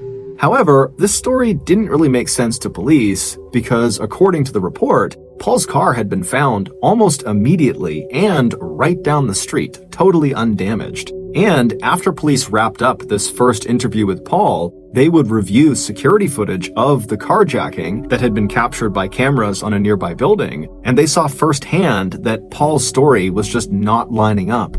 The footage of the carjacking showed that there was this young man on the sidewalk near where Paul's car slowed and stopped, but the young man was not limping, and as soon as Paul had stopped his car next to the curb, he didn't get out of the vehicle. Instead, the young man approached the passenger side of the vehicle and appeared to be speaking into the window, presumably to Paul, and then after a couple of minutes, the young man climbed into the vehicle with Paul. And then a few minutes later, Paul would suddenly jump out of the car, and the car, with the young man still inside of it, would take off down the road. So the police went back to Paul's house to question him again, and when confronted with the security footage of the carjacking, Paul would eventually tell police the truth. It would turn out the carjacking actually started as an encounter that Paul had set up using the social networking site Grindr that caters to people who identify as gay, bi, trans, and queer. According to Paul, he and the young man had met as planned and had begun a sexual encounter inside of Paul's SUV. But then, according to Paul, the young man, quote, snapped. And then a few moments later, the young man had overpowered Paul, forcing him out of the car onto the road, and then the young man sped off, leaving Paul standing there in the middle of the street. And then when the car was recovered later that day down the road, the young man was not found.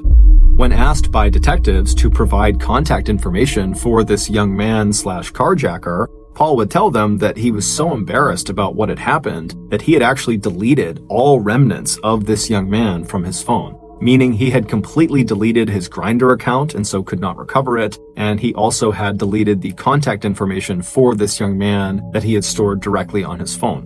So with no way of finding or identifying this carjacker, the police were forced to just wait and hope this mystery carjacker eventually turned up. A few days later, on Friday, April 13th, roughly 1 week after Margaret was killed, the Wadsworth police got a call from a local construction site reporting that someone had broken into one of their trailers. When investigators arrived at the scene of the break-in, the first thing they did was search the area. And behind the trailer that had been broken into was a cell phone lying in the dirt. The police would quickly unlock the phone and discover that its owner was a teenage boy whose name was already very familiar to Wadsworth police. Zach Thronson. Zach was a troubled young man who had previously gotten in trouble for petty theft as well as breaking into people's cars. And so naturally, the police thought Zach not only must have robbed this construction site, but almost certainly had to be the mystery carjacker they were looking for. And if that was true, maybe Zach had something to do with Margaret's murder. When police tracked Zach down, they found him asleep in his car in the parking lot at a local high school, and when they looked in the driver's window at him, police immediately noticed that his knees were all cut up, and these cuts looked recent. Waking up to see police tapping on his car window, Zach was nervous as well as startled, but he quickly agreed to come into the police station to answer a few questions. Initially, Zach denied that he had anything to do with the break-in at the construction site, but once police showed him his cell phone and they told him where they had found it, Zach's shoulders slumped and his head fell forward as he gripped his knees, and he took a deep breath as he stared at the floor, and then when he looked up again at the detectives, Zach sighed and said, "Okay, yes, I was at the construction site last night." But when investigators asked him if he had also committed the carjacking 5 days earlier, Zach seemed to perk up and said, "No, I really have no idea about that. I definitely did not steal anyone's car." And when police dug into this and really put him on the spot about it because they didn't really believe him, Zach stuck to his story and said, "Look, I've committed other robberies, but not this one." The police eventually believed him and just asked him point blank, "Okay, well, did you have anything to do with Margaret's murder?" And at this, Zach became extremely emphatic that of course he had heard about the murder, everyone had, but no way. It had nothing to do with that. By this point, Zach was totally rattled by the seriousness of the questions he was being asked. And so, likely just as a way of making himself seem a little bit less guilty and less suspicious, Zach started to throw his 17-year-old friend, Gavin Ramsey, under the bus. Zach said that Gavin had not only participated in every crime that Zach had, including the construction site break-in the night before, but also Gavin was the mastermind behind all of the crimes. And so if the police were thinking a local criminal had anything to do with the murder, well, they shouldn't talk to Zach, they should talk to Gavin. And the police would do just that. And when Gavin came to the police station, he did not arrive alone. Sitting next to him in the interrogation room was his mother, Christine. Gavin was the second oldest of her 4 sons, and she knew he was a troublemaker. Over the last 10 years, she had on several occasions enrolled her son in counseling, but she wasn't really sure if it was having an effect. It wasn't long into Gavin's interview before Gavin, like Zach, admitted that he had done some small stuff. He'd taken a little money from some cars recently, and he'd probably been the subject of a few noise complaints from neighbors, but that was it. When he was told that his friend Zach had placed him at the scene of the much more serious crime of breaking into the trailer at the construction site, Gavin hung his head momentarily, but then looked up and said, "Okay, yes, I was involved in that incident too." But when investigators asked Gavin if he had been involved in the carjacking on April 8th, Gavin's demeanor completely changed. He'd seemed almost comfortable talking about the petty theft and even the construction site break-in. But at the mention of this carjacking, he suddenly began shifting in his chair, and he leaned forward, and he put his face in his hands. Gavin wasn't the only person in the room to have a strong reaction. After hearing about this carjacking, Gavin's mom looked at her son and said, "Carjacking? Really?" But once detectives began describing some of the details of the carjacking, how it had started with a sexual encounter between the carjacker and the victim, Paul, Christine suddenly became far less worried that her son had potentially committed a carjacking, and now was just worried that he had been potentially sexually assaulted during the carjacking. It was at this point, when his mother was really starting to get upset, that Gavin actually asked one of the investigators if he could just speak to them alone for a few minutes. And so, reluctantly, his mother and a patrol officer who had been in the room as well would leave the room, and then once Gavin was alone with the detectives, he would admit that, yes, he was the mystery carjacker. However, he wanted to correct a detail about that story, and he didn't want his mother to hear it. He told the detectives that he had agreed to meet Paul that night, but Gavin was not there to have sex with him. Instead, he had created a fake profile on Grindr to lure a gay man into meeting him so that he could rob them, and Paul was just the guy who had agreed to meet up. As far as Gavin was concerned, any man agreeing to meet a young man like him deserved whatever they got. When police felt satisfied that they had all the information they could get about the carjacking, they asked Gavin point blank if he had anything to do with Margaret's murder. And Gavin was just as adamant as his friend Zach that of course he knew about the murder. Everybody did, but he had nothing to do with it. The carjacking was his worst crime. Eventually, the detectives felt like they had gotten all the information they could from Gavin, and so they called his mother back into the room so they could release him. When she came back inside, the police told her that she and her son were free to leave for now, but before they left, the police would like to have a look at Gavin's cell phone. There was some information on there that could confirm some of the things he had told them, and so could she, his guardian, sign a consent form allowing them to do that. Gavin did not like this idea, but his mother did. She signed the form, and then moments later, the police had Gavin's phone, and the teenager and his mother were walking out of the station.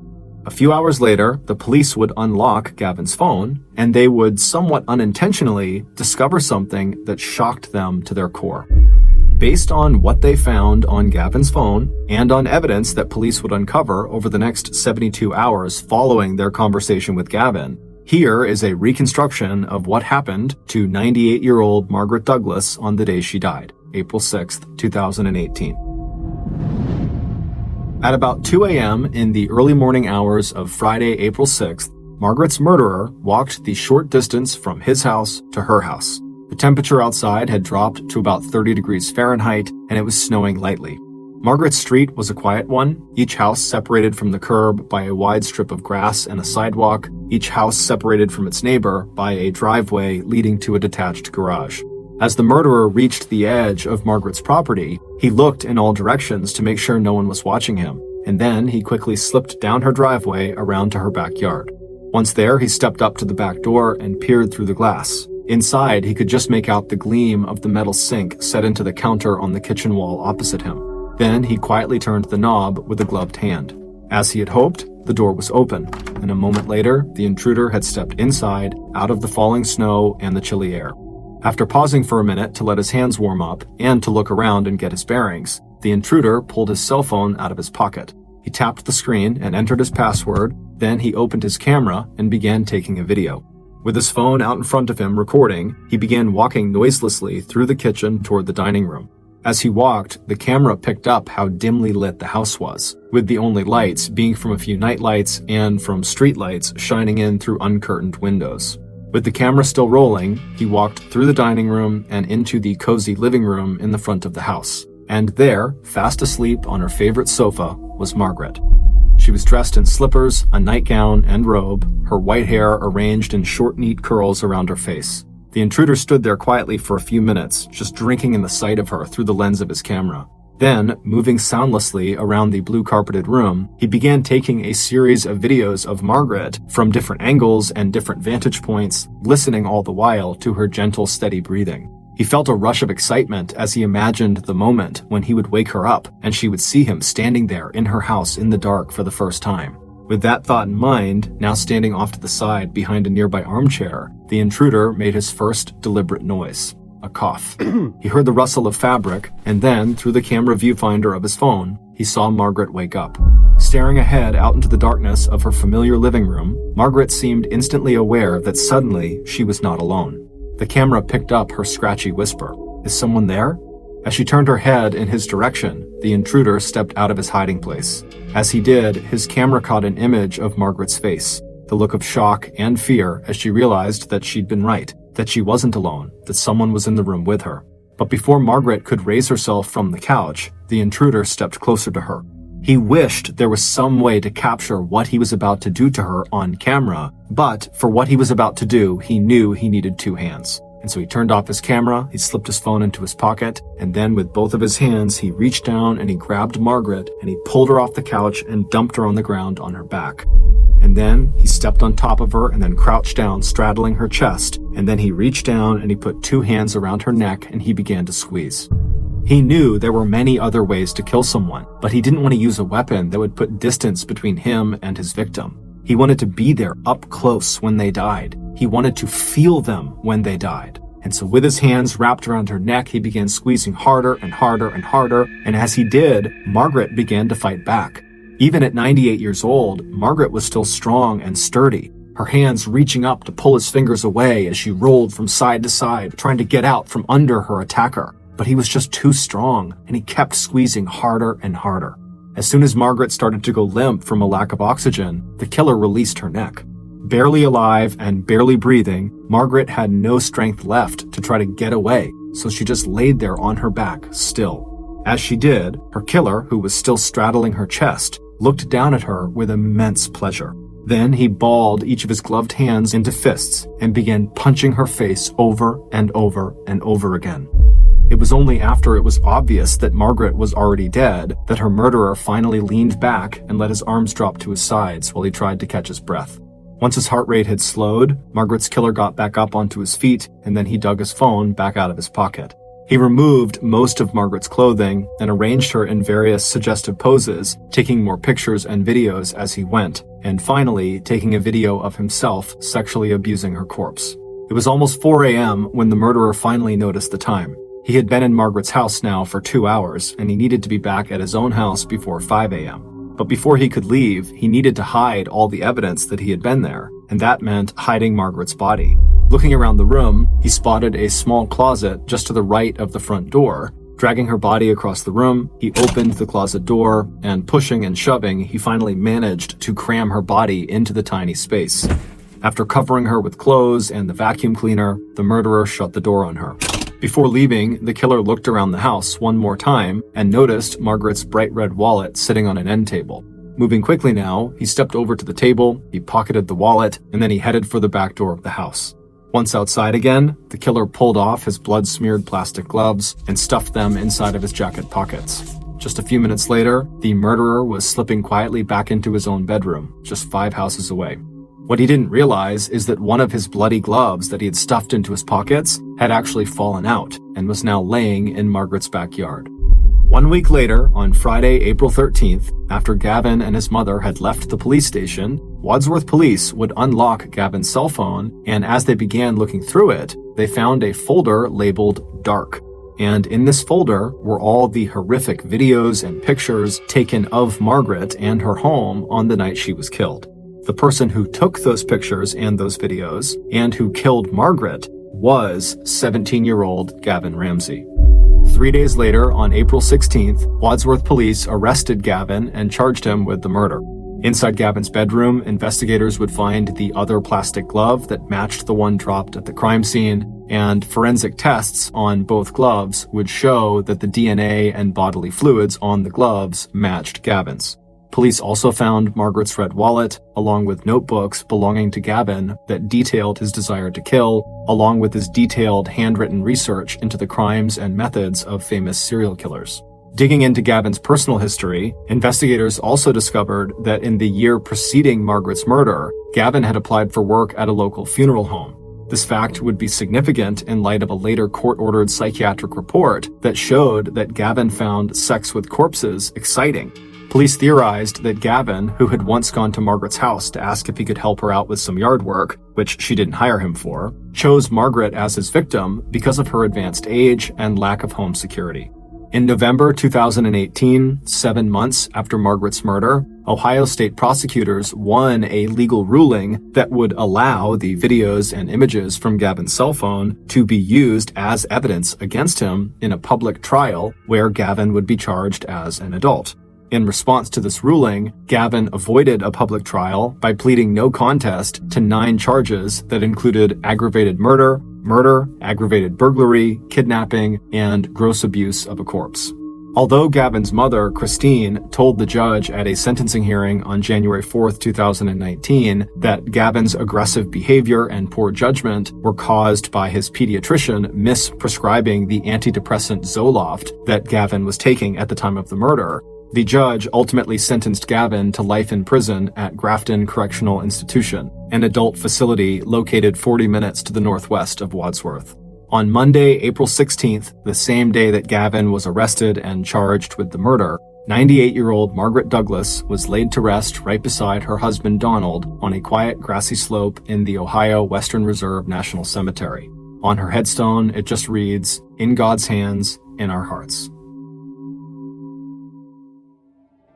Thank you for listening to the Mr. Ballin podcast. If you got something out of this episode and you haven't done this already, please invite the 5-star review button to come on over for a fun pizza party, but when they get there, only serve fermented herring.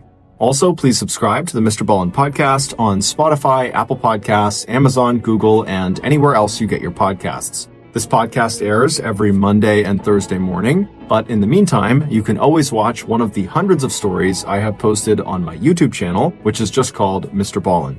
If you want to get in touch with me, please follow me on any major social media platform and then send me a direct message. My username on all platforms is just @MrBallin, and I really do read the majority of my DMs. Lastly, we have some really cool merchandise, so head on over to shopmrballin.com to have a look. So that's going to do it. I really appreciate your support. Until next time, see ya.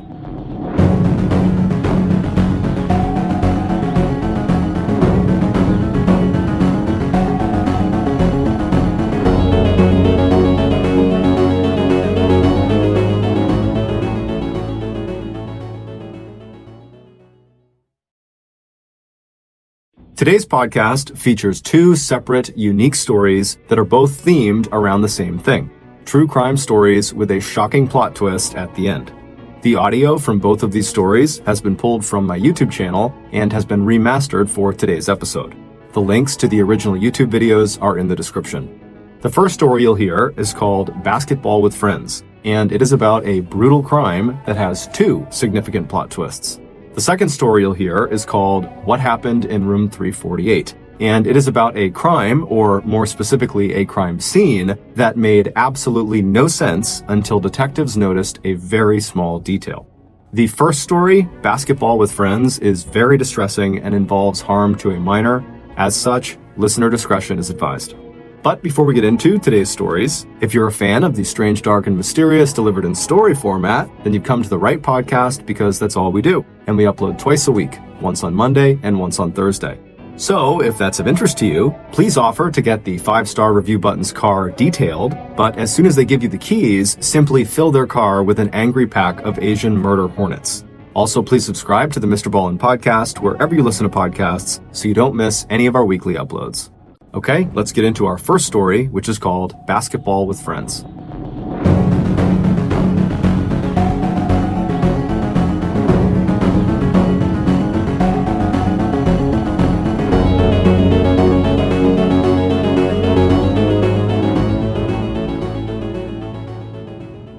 right in the middle of the United States is a quiet little town called Millstadt, Illinois. Millstadt is home to about 4,000 people, and had it not been for Ashley Reeves, only those 4,000 people and their friends and family would even know that Millstadt existed.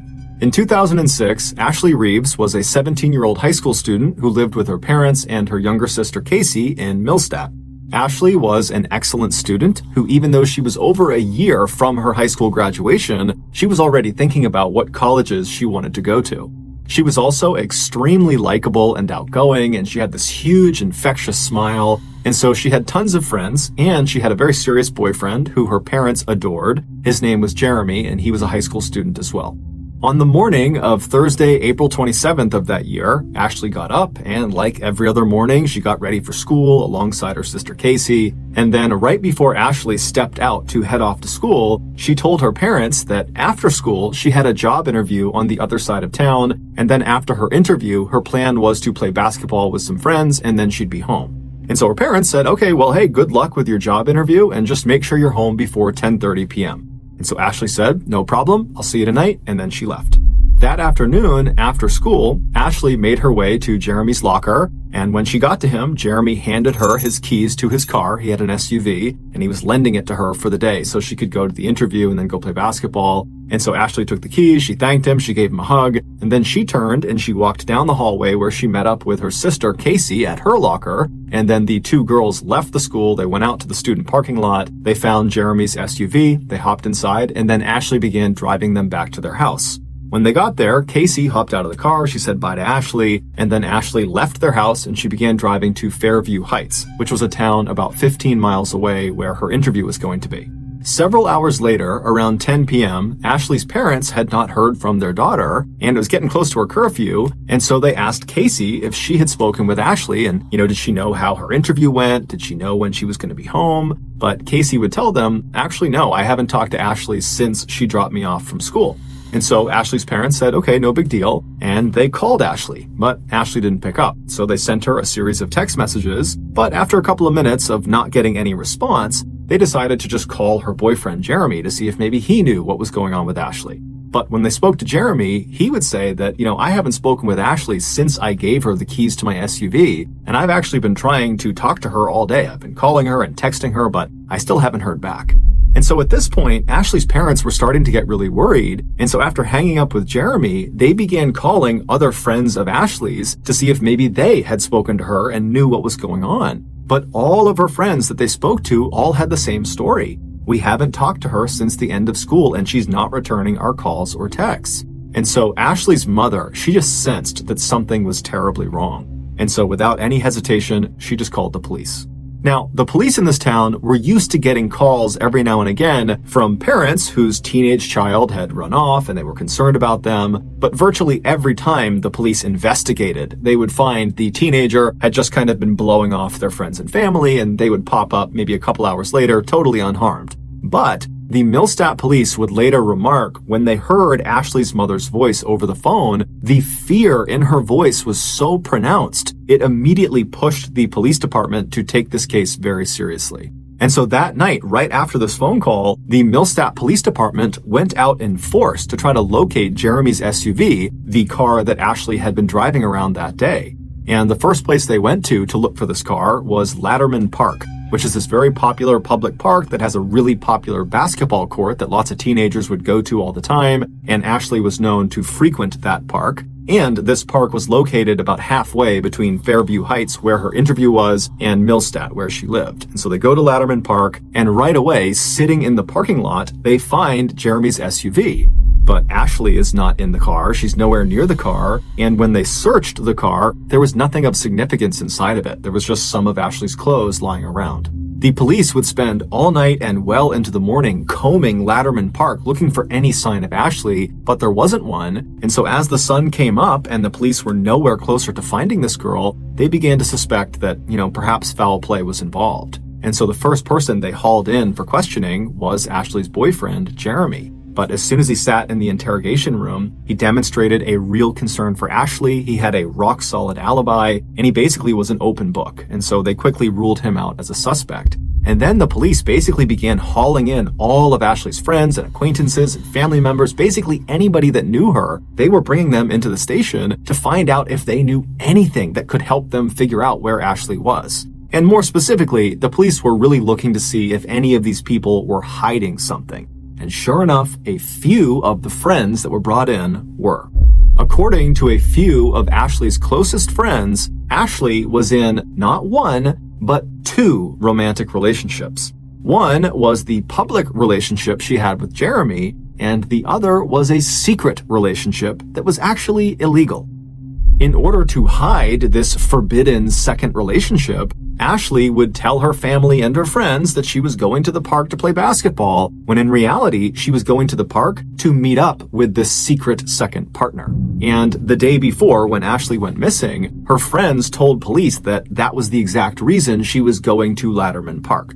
The police got the name of this secret person from Ashley's friends. His name was Sam Shelton, and the police tracked him down. When they found him, he was at a baseball practice, but the police didn't care. They marched right on to the baseball diamond, and they grabbed Sam and they brought him back to the police station. And then when he got there, they sat him down in the interrogation room, and he's still wearing his baseball uniform, and they ask him about his relationship with Ashley. And he immediately denies it and says he does not have a relationship with Ashley. He's got no idea why he's here. But pretty quickly, after a few questions, Sam's answers became inconsistent. And so the police just ratcheted up the pressure on him. And then finally, after 12 hours of questioning, the interrogator brings up Sam's mother and his grandmother. And he says to Sam, how would they feel if they knew you were lying to the police right now? And this just broke Sam. And so he cracked. Now, at this point, the police were already expecting the worst when it came to Ashley, but they were not ready for just how brutal Sam's confession would be about what exactly he did to her. The following is an account based on his confession. 30 hours earlier, Ashley wrapped up her interview in Fairview Heights, and she made her way to Latterman Park to meet up with Sam. And now it's not clear exactly how they met up, but eventually the two of them did connect and they made their way over to Sam's car where they became intimate. Afterwards, the two are sitting in the front two seats of Sam's car. Sam is in the driver's seat and Ashley is in the passenger seat. And while they're sitting there, something happens that causes this huge fight between the two of them. And at some point, Sam tells Ashley to get out of the car. But Ashley refuses. She wants to talk to him. She wants to deal with their issues, but Sam's not having it. And so he gets so mad at her that he lunges across the center console of the car and he puts Ashley into a vicious chokehold. Now, he tells police his plan was to kind of yank her out of the car, but he squeezed so hard around her neck that he heard this loud popping sound coming from her neck. It was the sound of her neck breaking. And so as soon as he heard it, Sam let go, and Ashley kind of crumpled forward and hit the front dashboard of the car. And so Sam is staring at her, wondering what he should do. He's kind of looking around, making sure no one saw what he just did. And then he reached over and lifted her back up to see if she was still alive, and he saw she was. But instead of trying to get her help, he decides right then and there he's going to kill her. And so he reaches over and he begins choking her. But after several minutes of throttling her, she just wouldn't die. And so Sam pulled his belt off of his waist and he wrapped it around Ashley's neck. And then he began pulling. But he would tell police he couldn't stand looking at Ashley's face while he did this. He said she was staring right at him, her tongue was coming out of her mouth, she was frothing, and her face was turning this ghastly shade of gray-blue. And so at some point, when she still hadn't died, he released the belt from around her neck, and he turned her body so she was facing the window away from him, and then he repositioned the belt on her neck, and then he put his foot on her back to use as leverage, and then he pulled as hard as he possibly could on her throat for quite a while until the belt actually broke around her neck. And then at that point, he checked to make sure she was dead, and when she was, he stuffed her down into the floorboards in front of the passenger seat, and then he drove several miles across town to another park called Citizens Park that was very heavily forested. And once he parked in the parking lot, he looked around to make sure no one was watching, and then he dragged Ashley's body out of the car and deep into the woods where he abandoned her. It would turn out Ashley was far from the only teenage girl who found Sam Shelton attractive. Many teenage girls in the area thought he was the perfect catch. He was smart, he was handsome, and he had these beautiful, striking blue eyes that you couldn't help but just stare at. However, there was something unique about Sam that made him fundamentally different than all the other guys at their schools. Sam was not a student. He was a 27-year-old middle school teacher in Millstadt, and he also was the high school baseball coach. He had never been Ashley's teacher directly. However, years earlier when she was in middle school, he had begun grooming her for exploitation. And so fast forward to 2006 when she was 17, he had effectively manipulated her into believing she was in this romantic relationship with him, when in reality, he was just using his position of power to abuse her. In addition to being a school teacher, Sam was also an aspiring pro wrestler. He would often compete in local showcases under the nickname The Teacher. While Sam was probably nowhere near good enough to actually become a professional wrestler like you would see on TV, he was extremely strong and really knew how to do a chokehold. And so when he attacked Ashley and put her in that vicious chokehold, she had no chance at escaping. She was completely doomed. Shortly after his confession, Sam would tell the police that he would take them out into the forest of Citizens Park to try to find Ashley's body. But when they got there, it was late, it had been raining for several hours, and Sam right away acted like he couldn't figure out exactly where he had left her. And so the police were actually starting to think, is he lying to us? Is this whole thing just kind of made up? Did he really attack her? Is she really out here? But after about 30 minutes of the police and Sam kind of trudging around the thick forest, one of the officers suddenly sees something on the ground. He raises his flashlight, and there in a clearing is Ashley's body. And so the police and Sam, they walk over to her, and they're standing above her ruined body. Her neck is totally bent at a grotesque angle. She's covered in bugs. But as they're standing there and they're watching her, her chest suddenly starts to move. She wasn't dead. She had been left for dead, and she had been out in the woods with a broken neck for 30 hours in the freezing cold and the rain. She only had a t-shirt and some pants on, but she was alive. And so moments later, the paramedics, they come rushing into the forest, they pick her up really gently, they bring her out, and they rush her to the hospital where she'd be put into a medically induced coma. The doctors would tell her family that, unfortunately, her injuries were just too serious, and we don't expect her to ever wake up again. But miraculously, she would. Now, she would have to relearn how to walk and talk and eat and drink, but she would do all of those things, and today she is 32 years old, she is happily married, she has 2 kids of her own, and by and large, she leads a very happy, normal life. As for Sam Shelton, he was sentenced to 20 years in prison for attempted murder, and he's still in prison today. However, he is up for parole in 2024. The next and final story of today's episode is called What Happened in Room 348. On September 15, 2010, a 55-year-old man named Greg Flanagan checked into the Elegante Hotel in Beaumont, Texas to start his work week. As a young man, Greg had worked as a chief engineer on ocean-going vessels, spending months out at sea. But in his middle age, he had reinvented himself as a landman. It was Greg's job to secure leases of mineral rights and land for drilling. Greg was slender and fit-looking despite the fact that he never exercised and he smoked constantly. He kept a close-cropped white beard, and he had the leathered skin of a lifelong outdoorsman. Every Monday morning, Greg would make the 2-hour commute in his pickup truck from Lafayette, Louisiana, all the way to Beaumont, Texas, where his company would always rent him a room. The hotel itself was neither good nor bad, but to Greg, he didn't care. He just needed a bed and a TV. Once Greg walked inside, he had a bathroom immediately to his right, and then a little bit farther in was the main section of the hotel room, which was very basic. Straight ahead, there was a window that looked down onto a small pool that was lined with potted plants. And then in the main space was a queen-size bed tucked up against the right wall, and then on the left wall was a TV. Greg wheeled his one suitcase into the hotel room, and he put it at the foot of the bed, and he opened it up. He pulled out the shirts that he wanted to keep wrinkle-free for the week, and he hung them in his closet. Then he pulled out his toiletries that were kept in a cloth bag with a hook, and he hooked those onto a towel rack. Then he took off his very worn brown boots and his faded blue jeans, and he slipped on some pajama pants. Anytime Greg stayed at the Elegante, he rarely left his room. There was a bar downstairs, but he wasn't a big drinker or socializer. He preferred to just have quiet nights alone in his room watching TV.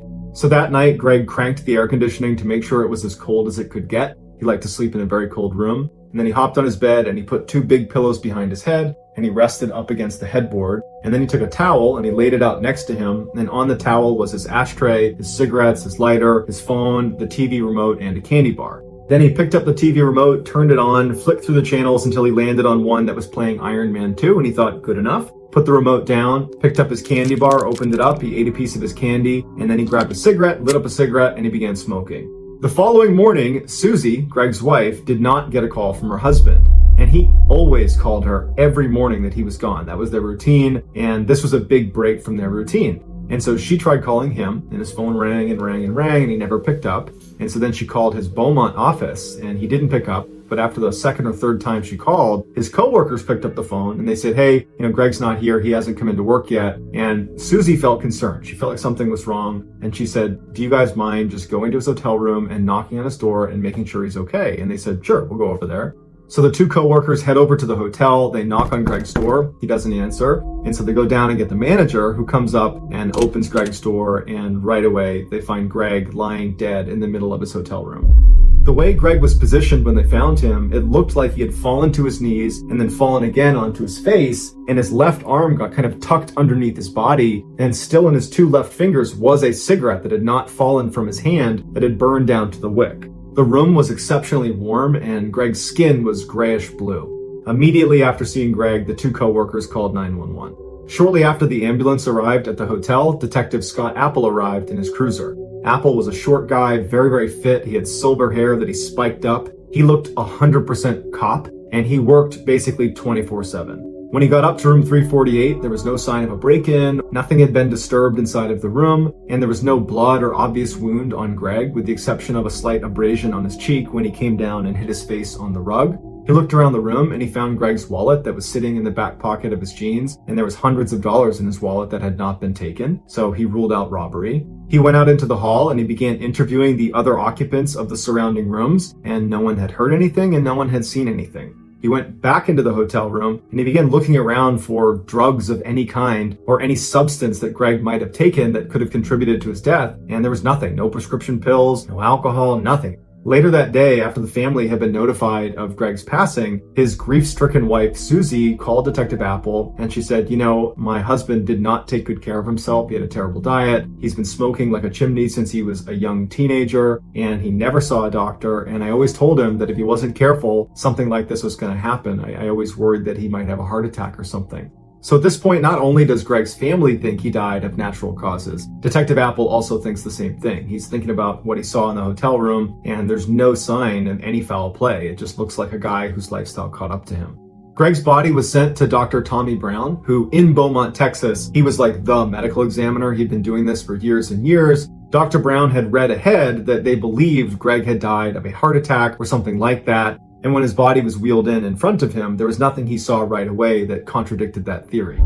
The only two marks that the doctor noted on the outside of Greg's body was the small abrasion on his face from where he landed on the rug, and then he also had another small abrasion on his crotch. But beyond that, the rest of his body was completely unblemished.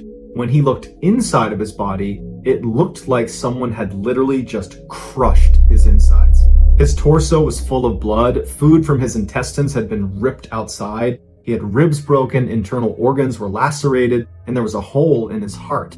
Dr. Brown was really confused at what he was looking at, because the severity of Greg's internal injuries were more consistent with someone who had been in a severe car crash or who had had a really heavy object land on them, but Greg didn't have any significant external injuries that would support either of those two things happening to him. And he was found in the middle of a hotel room where there was nothing disturbed and no one had apparently seen or heard anything. And so Dr. Brown says, look, I don't have all the answers here, but this was not natural. This is a homicide. And my best guess is he was beaten to death. I know it doesn't really make sense because there's not any external injuries, but he suffered some significant trauma from somebody else, and that's what killed him. When Detective Apple got this report from the medical examiner, he was just as confused as Dr. Brown was, but his attention turned to, okay, well, if he's been murdered, who would want to murder him? And he began digging into Greg's background, and he found that he was universally liked. He was known for being incredibly courteous and polite. He kept to himself. He was in love with his wife, and his wife loved him back. There was no evidence of some scandal in the background. He was just this really nice, normal guy, and it didn't make any sense why anybody would want to kill him. After a few months of getting nowhere, and in reality, he hadn't really even gotten started because there wasn't any good starting point. The only thing he could find that was odd about the crime scene was that the room was particularly warm when they walked inside, which was not in keeping with how Greg would have kept the room. But that doesn't explain why his insides were crushed. And so he's gotten nowhere, and then he makes a discovery. He found in the hotel's maintenance logs on the night Greg died, he had been making popcorn in his microwave and managed to blow a fuse. And it wasn't just his power, maybe Greg didn't know this, but he cut the power to both the room next to him on his right and on his left and below him. And so he calls down to the front desk and a maintenance guy came up and he reset the breaker. This opened the door to two theories. The first theory is the maintenance guy, who did have a criminal record, when he came up to fix the breaker, he attacked Greg. But that was wildly speculative and there was no evidence to suggest that the maintenance guy would do that, and so that was quickly ruled out.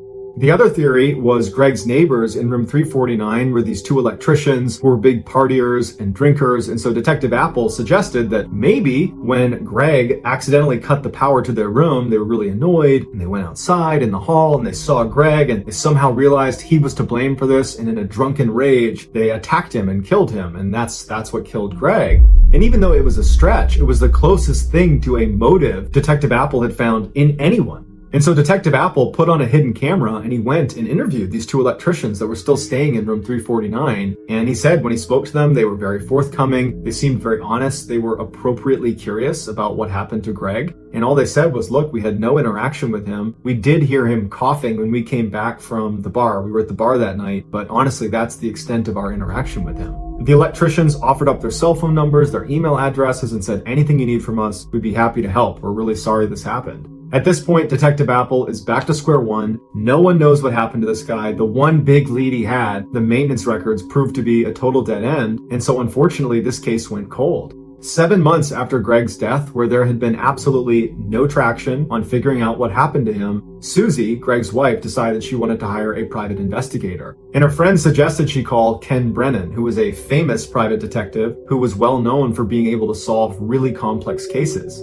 And so on a whim, Susie calls Ken Brennan, not expecting to get through to him, thinking he's probably super busy and has other cases because he's on TV and he's this really famous guy. But he picked up the phone and he was like, hey, how can I help you? And Susie couldn't believe it. She had a chance to tell him about what happened to her husband. And Ken said he was really interested and that he would take on the case. Ken was a former Long Island cop and he was a DEA special agent. He spoke with a really thick New York City accent and he wore t-shirts that were a little bit too small to show off his muscles, and he usually had a big gaudy gold chain on. Once Ken agreed to take on this case, he flew right to Lafayette, Louisiana, where Susie lived, and he sat down and he asked her a lot of really difficult questions about their marriage, about whether she thought he might be cheating on her, if he had like a secret life she didn't know about. And after feeling satisfied that all those avenues have been explored and were not going to lead to the answer, he said, okay, well, can you tell me anything about the crime scene that stood out to you? Is there anything about it that seems off? And Susie said, yeah. Greg always kept the air conditioning on very cold at night. He never slept in a room that wasn't freezing cold. And so I thought it was really odd when his coworkers discovered him that the air conditioning was off and it was really hot inside of the room. That's incredibly unlike Greg for his air conditioning to be off. Ken made a note of this, and then he left Lafayette and he went to Beaumont, Texas to meet up with Detective Apple. And Detective Apple and he actually got along really well. They agreed to work together on this case because Detective Apple feels like he's reached a dead end anyways. Apple brought Ken to the crime scene, he showed him the hotel room, and then afterwards he turned over all of the documents he had on the case, from the autopsy report to the photographs to anything he'd collected over the 7 months he'd been working on it. So that night, Ken diligently looks through all of the documentation, all of the photos, and the next day when he goes into Apple's office, he says to him, I think I figured it out. And Apple's like, oh really, you figured it out one day after being here? And Ken's like, no, seriously, I think I figured it out. I have to confirm something with his wife, but I think I have a theory. And so Ken calls Susie right in front of Apple, and when Susie picks up, Ken's like, hey, did your husband ever smoke with his left hand or did he smoke with his right hand? And Susie said, oh no, he only smoked with his right hand. And Ken goes, thank you very much. He hangs up and he goes, Apple, I got it.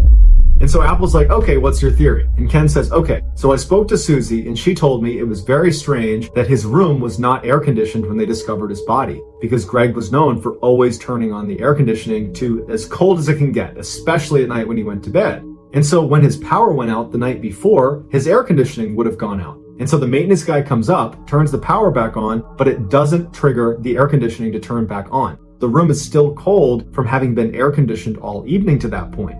And so the TV is back on, and so perhaps Greg turns and just starts watching TV. Because the room feels air conditioned, he hasn't realized that he hasn't turned the air conditioning back on again. Now, this is Beaumont in the summer, so it's going to get really hot in his room really quickly, and as soon as it starts to warm up in there, he's going to realize, oh, I didn't turn the AC back on, and he would go over and turn it on again. And so because the air conditioning wasn't on, and we know that the power was restored at 8:30, then he must have died after the power was on, but before it got warm enough in the room for him to recognize he did not turn the AC on, which means he would have died somewhere between 8:30 and 9 p.m. at night.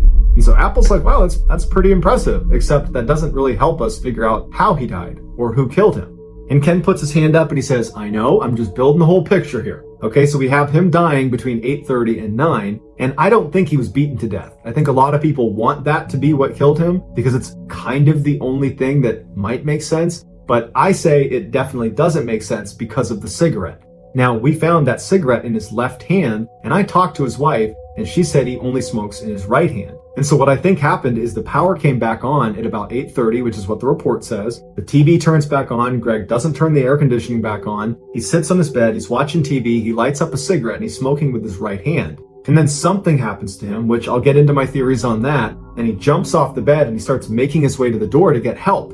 And he transfers the cigarette from his right hand to his left hand so he can use his right hand to turn the doorknob and open the door to safety. But he doesn't make it, he falls to his knees, and he falls to the ground, and his cigarette's still in his fingers, and he dies. And Apple's like, you know what, that's pretty good, it makes a lot of sense, but the crucial missing piece here is, well, what was the trauma he suffered that caused him to jump from his bed and run to the door and then ultimately die?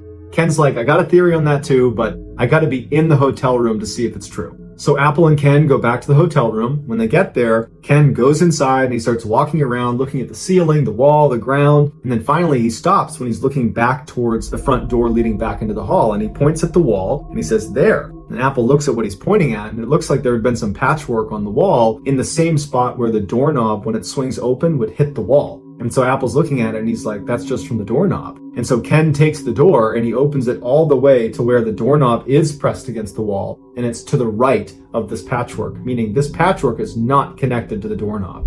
Apple was confused and was about to ask questions, and Ken was like on a roll, and he said, hold on, and he goes outside, he goes next door to room 349, they go inside, and Apple walks in the room and he's watching Ken do his work, and Ken's rubbing his hands all over the wall, and eventually he stops, and he looks up at Apple, and he takes his finger, and he pushes on one spot in the wall as Apple is watching, and his finger goes right in, and what he pushed on was this little chunk of toothpaste that had been wedged in this little tiny hole in the wall, and he pushed it through.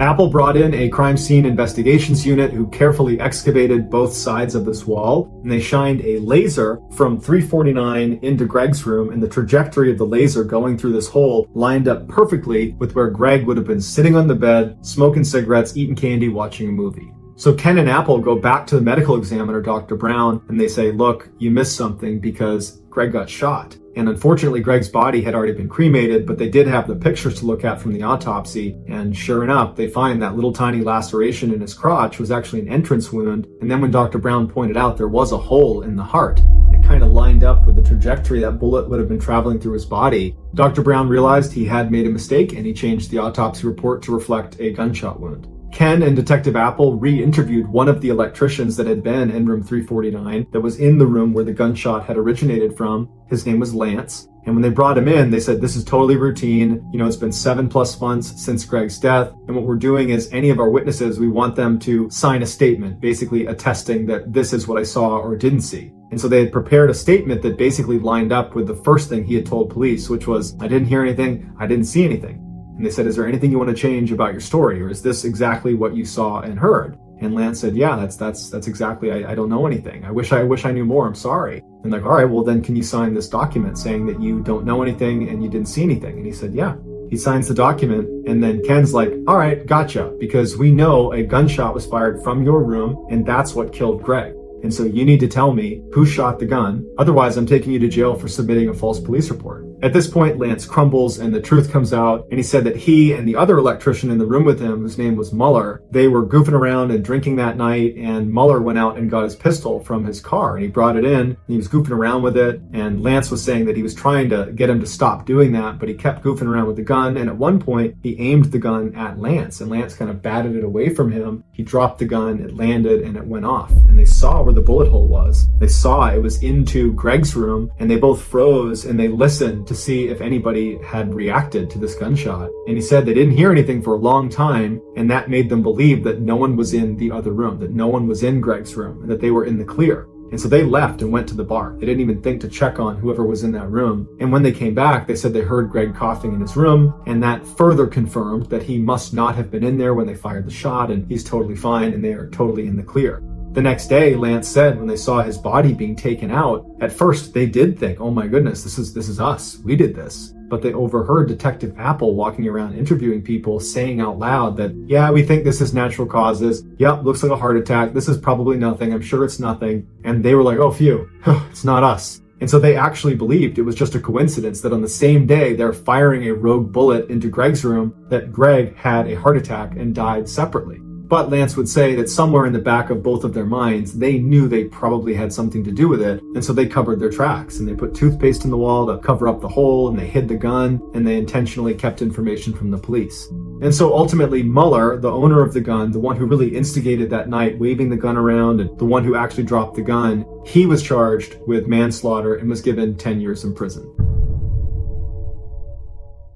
Thank you for listening to the Mr. Ballin podcast. If you got something out of this episode and you haven't done this already, please offer to get the 5-star review button's car detailed, but as soon as they give you the keys, simply fill their car with an angry pack of Asian murder hornets. Also, please subscribe to the Mr. Ballin podcast on Spotify, Apple Podcasts, Amazon, Google, and anywhere else you get your podcasts. This podcast airs every Monday and Thursday morning, but in the meantime, you can always watch one of the hundreds of stories I have posted on my YouTube channel, which is just called Mr. Ballin. If you want to get in touch with me, please follow me on any major social media platform and then send me a direct message. My username is just @MrBallin, and I really do read the majority of my DMs. Lastly, we have some really cool merchandise, so head on over to shopmrballin.com to have a look.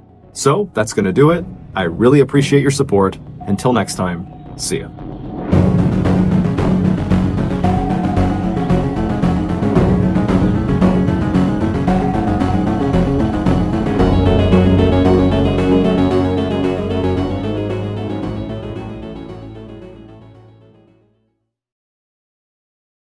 In today's story, the most unlikely person did the most unlikely thing. And even when you get to the end and you hear the details as to how and why they did it, it won't make sense because no sane person would ever do this. But before we get into today's story, if you're a fan of the strange, dark, and mysterious delivered in story format, then you come to the right podcast because that's all we do. And we upload twice a week, once on Monday and once on Thursday. So, if that's of interest to you, please cut in front of the 5-star review button who's been patiently waiting for their turn in the 10 items or less checkout line at the grocery store, and then proceed to pay for your completely overflowing cart with a Ziploc bag full of change. Also, please subscribe to the Mr. Ballin podcast wherever you listen to podcasts so you don't miss any of our weekly uploads. Okay, let's get into today's story.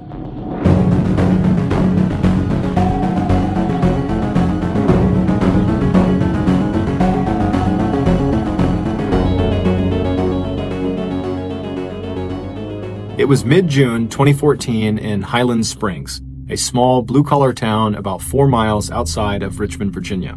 By 3 p.m. that day, it would be hot, 91 degrees Fahrenheit. But right then, at 6:30 in the morning, it was cool. With the sun fully visible in the sky, 16-year-old Martre Coles watched from the living room window of his family's single-story plain white house as his father climbed into his car, turned on his engine, and drove off to work.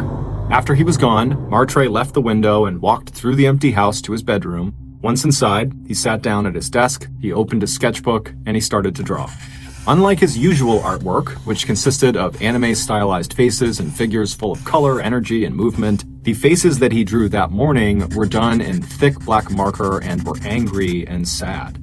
He drew X's instead of eyes, and he put slash marks where the mouths should go. A few minutes later, Martre put down the marker, he put his face in his hands, and he started to cry. 5 days earlier, on June 14th, 2014, Martre's beloved mother, 42-year-old Karina Coles, had died unexpectedly following complications from what was supposed to be routine hip surgery. Martre was beyond devastated. Over the last few years, he had become very close with his mother, as he was the last child of 8 siblings to still be living at home with the parents. His father, Maurice, had always been very hard on him, but his mother had always been his #1 cheerleader, always encouraging him to keep a portfolio of the video game characters and intricately illustrated storylines that he loved to create. She told him she was certain his artwork skills would land him a great job someday. And even though Martre didn't always feel as confident in himself as she did, it was nice to hear her say things like that. With his mother's funeral just 2 days away, the only thing keeping Martre going was the thought that his mom would never want him to just give up or to give in to the crushing depression and sadness he was feeling. And so Martre lifted his face out of his hands, he wiped away his tears, then he ripped the angry, sad drawings he had just made out of his sketchbook and he balled it up and he threw it in the trash. He wished he could talk to his dad about how terrible he was feeling right now, but he knew his dad wouldn't want to listen. He never did. Martre's father barely spoke to him, and whenever he did, it was almost always to be critical of him. As Martre sat there motionless in his desk seat, he suddenly hoped that his father's friend, a 45-year-old woman named Denise Gay, wouldn't be coming by again that night. Denise worked with Martre's dad at a food packaging company called Smithfield Foods. She had 2 children of her own, a 9-year-old little girl and a 19-year-old daughter who lived on her own 90 minutes away. Martre had no issue with Denise herself. She was perfectly nice, but Martre just didn't like that there was this new woman spending time in their house so soon after his mom had died. It just felt inappropriate. Martre had also quietly hoped that his mother's death would bring him and his father closer together, but the opposite was happening. Instead of turning to his son in this difficult time, Maurice was turning more and more to Denise. By June 21st, just 1 week after Martre's mother's death, Denise was coming over their house nearly every night. And in mid-July, just 1 month after Martre's mother's death, Maurice announced to Martre and his other siblings that Denise, along with her 9-year-old daughter Alana, were going to be moving in with him and with Martre. Despite protests from Martre's older sisters, Michelle and Marquisha, that their father's relationship was progressing way too fast, and that Martre was still very emotionally fragile following his mother's death, Maurice had made up his mind. He didn't care what Martre's feelings about the situation were. A couple days later, when Denise and Alana pulled up outside of Martre's house with their bags in hand, Martre stayed inside. He didn't want to see them. But his father began angrily yelling for him to come outside and meet his new family and help his stepsister with her luggage. Martre sighed and stood up and walked outside. He didn't smile at them, but he waved, and then he walked over to Alana to offer to carry her bag inside. But when he reached her, she clutched her bag more tightly to her chest. Then she glared at him angrily, and then she very intentionally threw her bag at his feet. Martre was annoyed, and he looked up at her like, "What are you doing?" But he didn't say anything. He just bent down, grabbed her bag, and then led the way back into the house. Later that day, Martre's older sisters called him to let him know that he was welcome to stay with them anytime he wanted. They knew his new living situation with Denise and Alana was going to be super awkward, and they knew Martre was just hurting from the death of their mother and he really needed someone around him that actually cared about him. Martre thanked them and said, "Yep, sure, I'll come by sometime," but secretly, Martre knew he probably wouldn't. He just didn't have the energy to do anything these days. According to Martre's girlfriend, Ashlyn Knight, who was a fellow student at Highland Springs High School, Martre had big plans for his future, plans that his mother had encouraged him to pursue. Martre wanted to get into the best art school he possibly could, and then with that degree, he could try to land a highly coveted job as a video game artist and animator. And so over the first few months that Denise and Alana were living with him, Martre did his best to completely ignore them and instead spend his time and energy on his artwork. And over those first few months, Martre's art skills got noticeably better, and he started branching out from drawing and painting into the creation of elaborate and beautiful papier-mâché masks. But perhaps the most significant thing about this particular period of time in Martre's life was that after about 6 months of living with Denise, his resentment for her had given way to affection. She could never replace his mother, but she was very kind to him, and slowly, she had become a maternal figure to him. She had become someone he turned to when he was down. However, as much as Martre's relationship with Denise seemed to be evolving in a positive way, his relationship with her daughter, Alana, was going the other direction. Alana was clearly unhappy living with the Coles, and so she took out her frustration by constantly picking fights with Martre. At first, it was just small stuff like stealing the TV remote from Martre or being loud and obnoxious to annoy him. But eventually, it turned into more elaborate torment. Specifically, Alana realized that Maurice, Martre's father, would always take her side over his son's. And so using that information, she began breaking things around the house and telling Maurice that Martre did it. And every time, despite Martre proclaiming his innocence, Maurice would scream and yell at him and punish him in some way.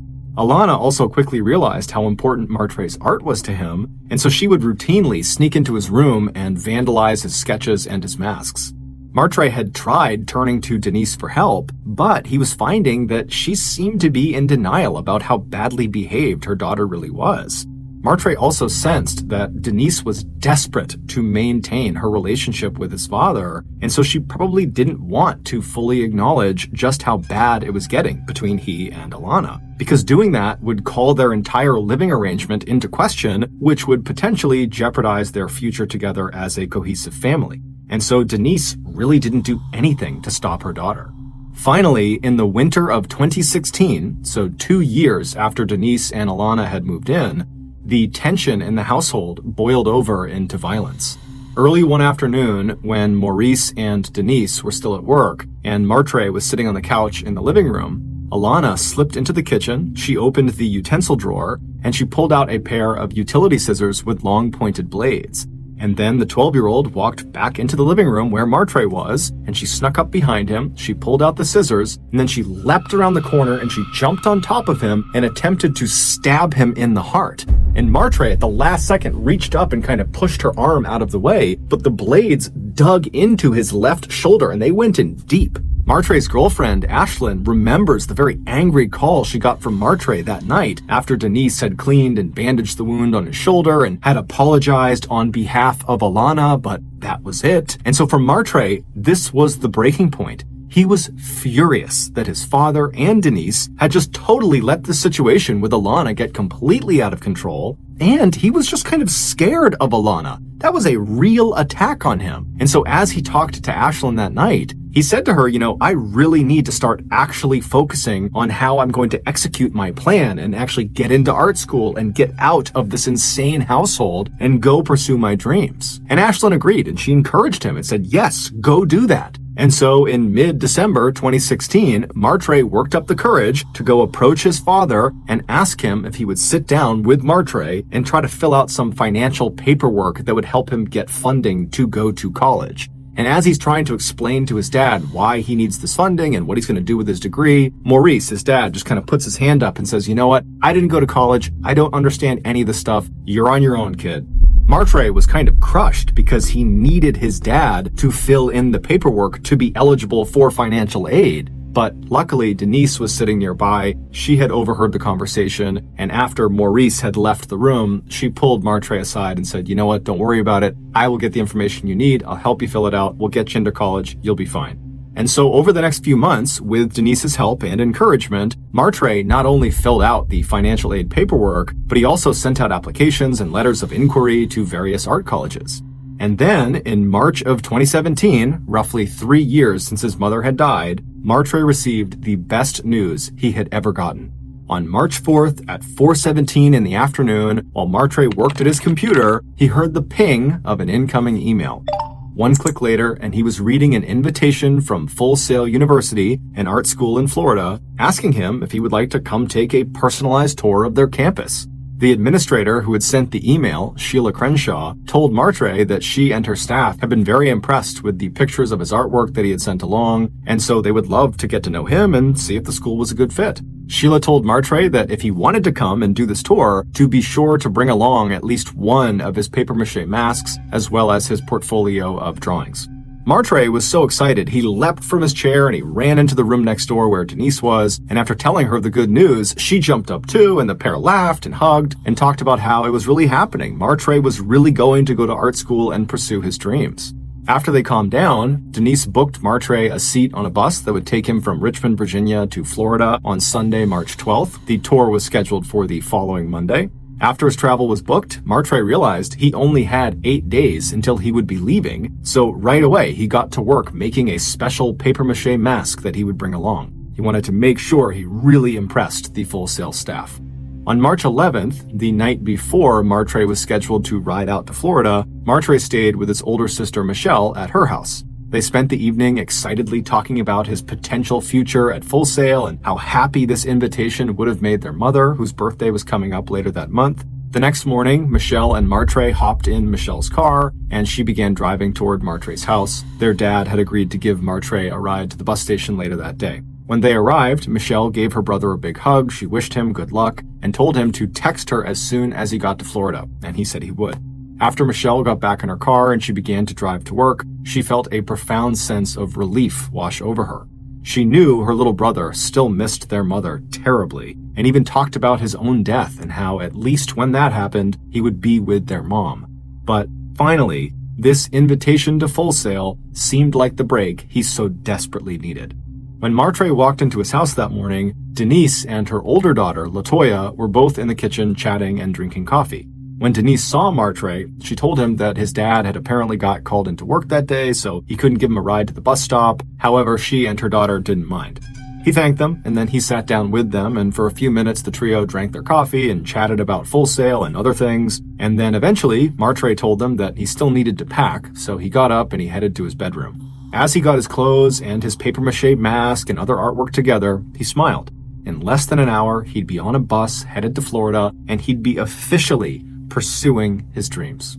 Since Martre's girlfriend, Ashlyn, had known she would not see Martre in person before he left for Florida, and they both knew that Martre might not be able to charge his phone during the 18-hour-long bus ride, they had arranged for Martre to text her as soon as he got on the bus so she could say goodbye. But at the time Martre should have been on the bus texting her, he didn't. He didn't text, he didn't call, it was just silent. And over the course of the morning, despite Ashlyn calling and texting him repeatedly, Martre never responded. Around noon, Ashlyn called Martre's sisters, Michelle and Marquisha, asking if they had heard from their brother, and they said no. By late afternoon, when still there was silence from Martre, Ashlyn, Michelle, and Marquisha were becoming frantic. They all knew that even 3 years after his mother's death, Martre still suffered occasional deep bouts of depression when he started thinking about his mom. And so the 3 young women started worrying that he might have harmed himself. That's why they're not hearing from him.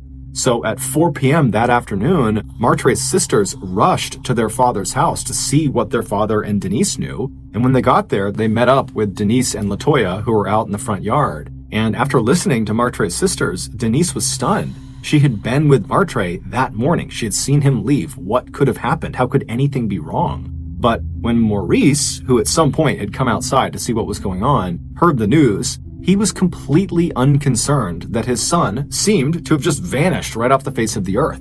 He told his daughters that Martre hadn't even been gone long enough to have reached Florida. It was an 18-hour trip. He probably was just asleep on the bus. And if he didn't show up at school tomorrow for the tour, well, Martre was 19 years old. He was an adult, so whatever he wanted to do, that was on him. Completely unsettled by their father's utter indifference about this, Martre's sisters left the house and met up with Ashlyn, who was now hysterical. After they calmed her down, the 3 women eventually decided that their best bet right now was just to search the neighborhood for Martre. Denise said she had dropped him off at the bus stop, but she didn't actually see him get on the bus and literally drive away. So the 3 young women are thinking, okay, well, maybe Martre never got on the bus. Maybe he's still in town somewhere. So the trio spread out all across Highland Springs. They went to local stores, to the high school, to the basketball court. They called and texted all of Martre's friends, but no one had seen or heard from Martre. The next morning, Monday, March 13th, they called Full Sail University to see if Martre had arrived for his tour, and the answer was no. Immediately, Michelle and Marquisha jumped in their car and they headed for the local police station where they filed a missing persons report on their brother. They gave the police a picture and description of Martre, but police told them that because Martre was an adult and there was no sign of foul play, there really wasn't much they could do. Meanwhile, Martre's girlfriend, Ashlyn, who knew Martre's email password, decided to take a closer look at Martre's invitation from Full Sail University. When he had shown it to her 10 days earlier, she had noticed something slightly off about it, but she had forgotten all about it once they had read the good news and were celebrating. But now, when she logged into his email account and opened up the invitation again, she immediately saw why she thought the email was concerning. The email had not been sent from an official Full Sail University account. Instead, it had come from someone's personal Gmail account, a woman named Sheila Crenshaw. Ashlyn pulled out her cell phone and she called Full Sail again. And a few minutes later, Ashlyn's worst fears were confirmed. No one by that name worked at the university. But shockingly, when Martre's father, Maurice, was told about this new wrinkle about the email address and how this meant Martre was almost certainly tricked or scammed before he went missing, Maurice still appeared unconcerned, and he refused to reach out to the police himself. 8 days later, Martre's mother's birthday came and went, and still there was no trace of Martre.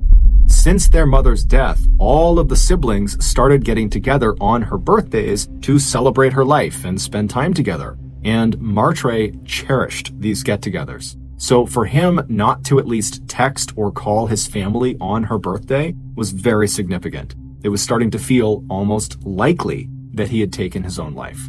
But just a week later, everything would change. On April 2nd, 2017, 3 weeks after Martre was reported missing, a man named Larry Anderson was walking in a wooded area near where the Coles lived when he spotted a strange green plastic bin tucked away inside of a thick bush. He walked off of the trail to get a better look at it, but when he got close enough to actually see what was inside of this bin, he stopped where he was, he pulled out his phone, and he dialed 911. When the police arrived, they found Larry, who was visibly very shaken up, and he was pacing along the trail a couple 100 feet away. And then the police moved from Larry to the actual bin under the bush, and when they got up close, they saw what Larry saw. There was clearly a foot with a sneaker on it poking out of the bin. When they removed the cover of the bin completely and actually got a full view inside, they saw the dead body of a young man folded up like an accordion crammed inside. He was wearing blue jeans and he had a dark sweatshirt on. His knees were jackknifed up against his chest at an impossible angle, and his hands were bound behind his back with purple duct tape. There were no obvious wounds on his body. However, an autopsy would later reveal that the cause of his death was suffocation. The medical examiner also told police that present in the blood were high levels of two drugs, the sleep agent trazodone and the club drug gamma-butyrolactone, which makes users feel relaxed and euphoric.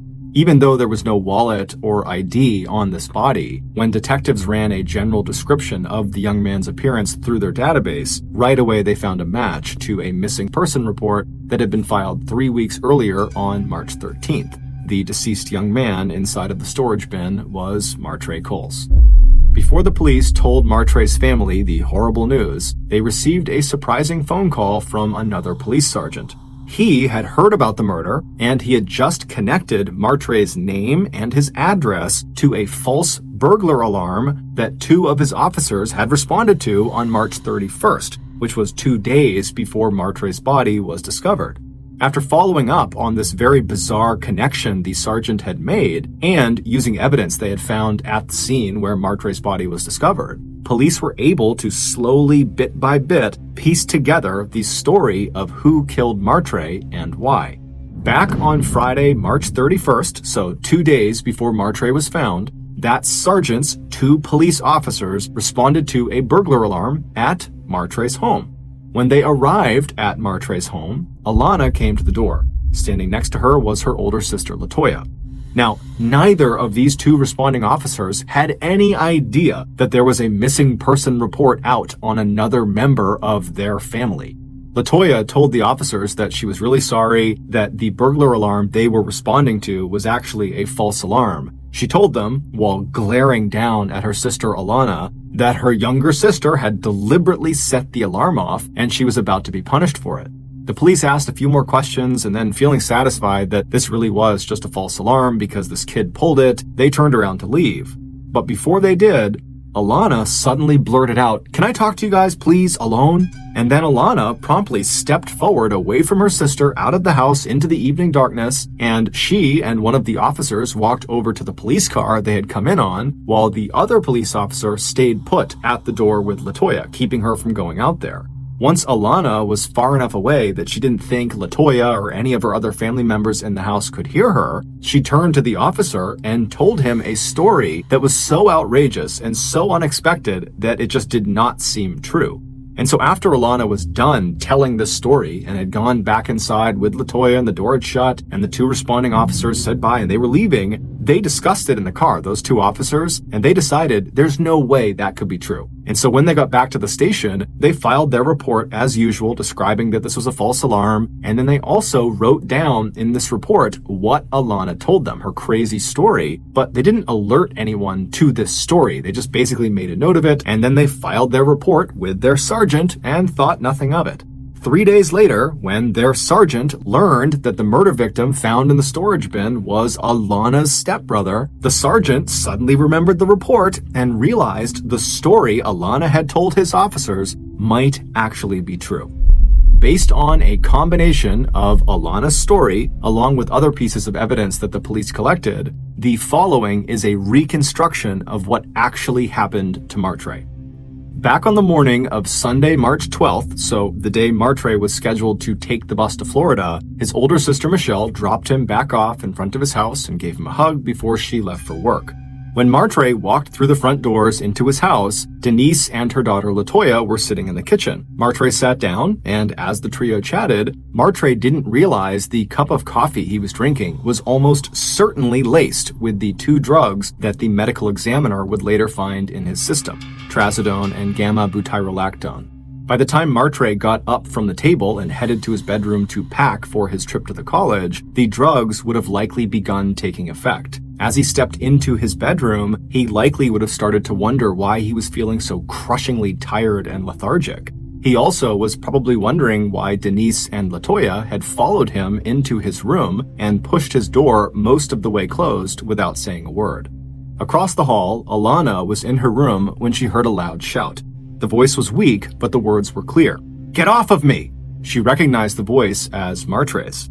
She stepped out of her bedroom and pushed the door of Martre's room open a little to see what was going on, and what she saw was Martre on his back on the ground, and her mother, Denise, standing over his head while kind of bent forward. She was pressing her hands directly down onto his chest, basically putting all of her weight onto his chest, crushing him. Alana's sister, LaToya, was sitting on Martre's legs trying to hold them down because Martre was kicking her and trying to get up. As Martre continued to yell out for them to get off of him, his voice became weaker and weaker as he wasn't able to fully expand his chest to get a full breath because Denise was crushing his chest. Suddenly, Denise looked up and she saw Alana standing in the doorway. Without releasing the pressure on Martre's chest, she simply said to Alana in an unnaturally calm voice, "Nothing is happening. Go back to your room." Alana, who had learned over the years that it was a bad idea to cross her mother, did what she was told, and she kind of backed out into the hallway, and then a few steps more and she was behind her closed bedroom door, her heart pounding wildly. Back inside of Martre's room, Denise was starting to panic. She wished Alana hadn't seen, but now if she didn't finish Martre off, his yells for help, as weak as they were, might alert others. So while keeping the pressure firmly applied to his chest, Denise looked around and saw the papier-mâché mask Martre had so carefully made for his trip to the college laying on the ground near them. She took one hand off of his chest, so she's still pressing with the other, and she reached and she picked the mask up, and then she placed it over Martre's face, completely blocking his nose and mouth, and then began pressing down on his face as well. Then she leaned forward and put her knee into the center of his chest, right on his sternum, and put all of her weight onto her knee, and then she shifted the hand that had been on his chest up to his throat, and she began pressing as hard as she could on his throat. And so she maintained all 3 points of pressure, his chest, his neck, and his face, until Martre stopped moving. A few minutes later, across the hall in her bedroom, Alana heard the sound of something plastic being dragged over the floor. Although terrified, she opened her bedroom door just enough to look into the hallway, and this time she saw her sister Latoya pulling a large, heavy green storage bin across the floor. A few minutes later, Alana looked out her bedroom window, and she saw her mother and sister hoist this green tub into the back of Denise's car, and then the two of them drove away. After they were gone, Alana quietly closed the door to her bedroom, and then she sat on her bed, and she's thinking to herself, this has to be a dream, this can't be real. But then later that day, when Martre's sisters came over to their house in a total panic, saying that Martre wasn't responding to any texts or calls and we think he's missing, that's when Alana knew this had not been a dream. What she had just seen had really happened. Over the next few days, Alana kept hoping that Martre would just show up, that he'd walk through the door and that everything would go back to normal. But that didn't happen. And 19 days later, on March 31st, Alana was unable to carry this secret any longer. And so she waited until dark, and then she intentionally set off the family burglar alarm, knowing it would trigger police to come to her house, and then she could tell them her secret. When Alana stepped outside of the house to talk privately to one of the responding police officers, their conversation was captured on body camera. She turned her face up towards the officer and whispered 7 words that would blow this murder case wide open. I saw my mom kill my stepbrother. It would turn out Denise had decided a long time ago that the only way to really secure her relationship with Maurice and to create the family she wanted was to get rid of any reminders of Maurice's dead wife. And Martre, with his mother's wide smile and many of her mannerisms, had done everything he could to keep his mother's memory alive. Even his depression over her loss only reminded everyone how much she had meant to her family. Denise was also worried that Maurice might begin to see her own daughter, Alana, as a liability because of the constant bickering between her and Martre. So when Denise overheard Martre talking to his father about trying to secure financial aid so he could go off to art college, she saw an opportunity to make him disappear from her life altogether. That email Martre received inviting him to Full Sail University had not been sent by the college. It had been sent by Denise, who was sitting right in the next room on her laptop. And before sending that email, Denise had actually called and texted her older daughter, Latoya, and explained her plan for killing Martre, and she asked Latoya to help her, and she agreed. On April 3rd, one day after Martre's body was found, the detectives working on the murder case were getting ready to inform Martre's family that he was dead.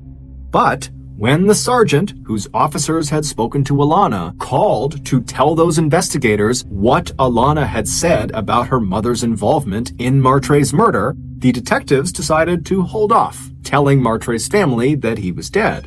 If, in fact, Martre's murderer was someone inside of his own family in his own house, police did not want to tip them off by telling them that they had discovered Martre's body. Instead, investigators dug into Denise's background and they found a long history of felonies, from passing worthless checks to charges of computer fraud that had landed her in jail more than once. Then, under the guise of following up on Martre's missing person report, police returned to the Coles house to interview Maurice, Denise, and Latoya again. This time, police pressured Latoya and her mom for any information they might have about Martre's whereabouts, hoping that maybe the murderer would get spooked and do something suspicious or incriminating. At the same time, police put the green storage container that had held Martre's body back where it was first discovered in the park. Then they set up video cameras to record any activity around it. And within days, both Latoya and her mother Denise were spotted returning to the wooded area where they had left Martre's body, and much to their shock, finding the bin now empty. Police also discovered that shortly before Martre's disappearance, Denise had purchased a shovel, purple duct tape, and a substance called lime that can be used to prevent decomposition of human flesh. But most damning of all, cell phone and computer records confirmed that both Denise and Latoya had been to the wooded park on March 12th, the day Martre went missing, and these records confirmed that Denise was definitely the author of the email from Full Sail University. It was that invitation, the most promising and exciting event in Martre's life that his mother would have been so proud of him for, that lured him to his death. On July 11th, 2018, 49-year-old Denise Gay was sentenced to life in prison. Her daughter, 23-year-old Latoya Gay, was sentenced to 30 years in prison. Despite being a less than stellar parent, Maurice Coles had nothing to do with his son's death. Thank you for listening to the Mr. Ballin podcast. If you got something out of this episode and you haven't done this already, please cut in front of the 5-star review button who has been patiently waiting for their turn in the 10 items or less checkout line at the grocery store, and then proceed to pay for your completely overflowing cart with a Ziploc bag full of change.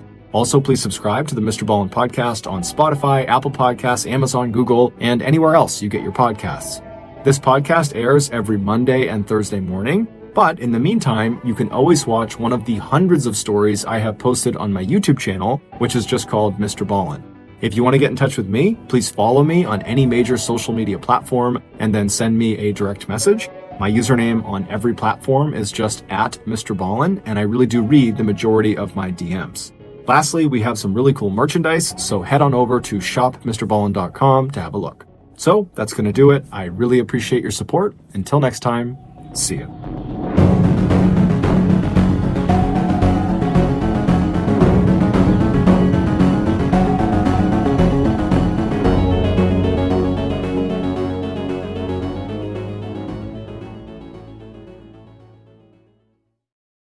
There are few stories that are as difficult to comprehend as the one I'm about to share with you today. How anyone could allow something like this to happen is just beyond me. This episode is not going to be gratuitously violent. However, it is going to be highly disturbing. As such, viewer discretion is advised. But before we get into today's story, if you're a fan of the strange, dark, and mysterious delivered in story format, then you come to the right podcast, because that's all we do. And we upload twice a week, once on Monday and once on Thursday. So if that's of interest to you, please offer to mount the 5-star review button's brand new 75-inch TV to their wall. But when you do, purposefully miss all of the studs. Also, please subscribe to the Mr. Ballin podcast wherever you listen to podcasts so you don't miss any of our weekly uploads. Okay, let's get into today's story.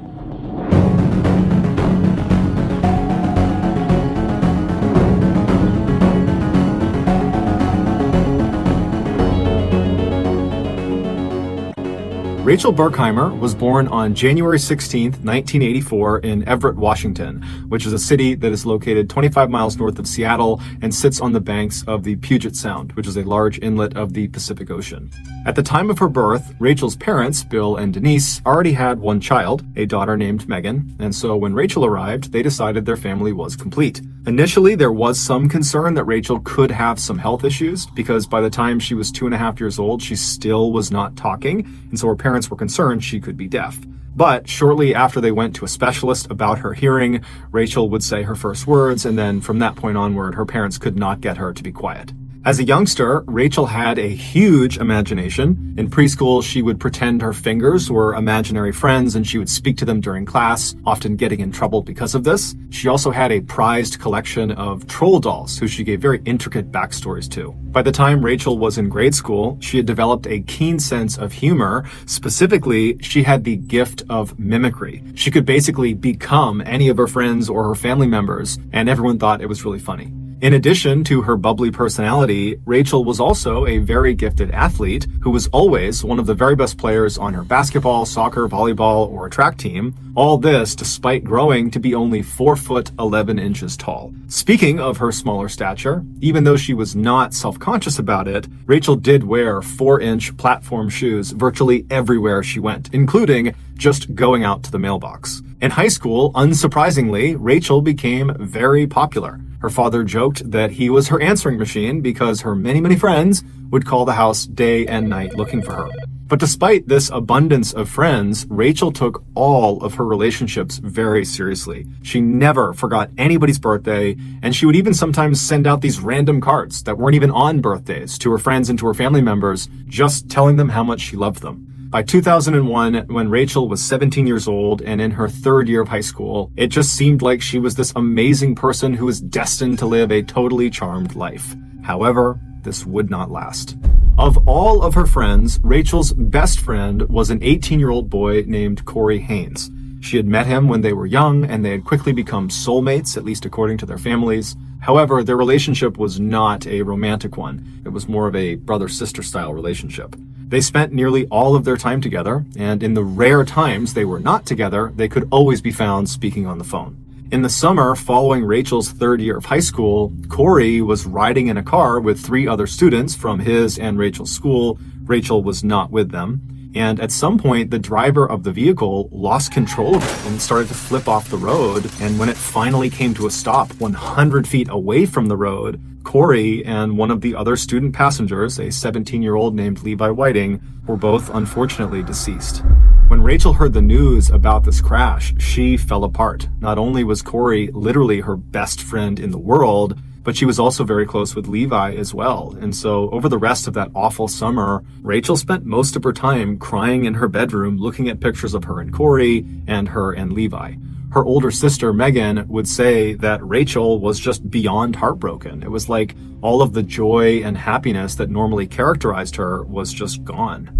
Finally, that summer did come to an end, and it was time for Rachel to return to Marysville-Pilchuck High School to begin her 4th and final year. Her family hoped that finally being around some other students again would help heal her and help her move on. But unbelievably, over the course of that school year, 4 more students, all of whom were friends with Rachel, would die. There was a suicide, there was a drowning, a hit and run, and an accidental shooting. It was like the school was cursed.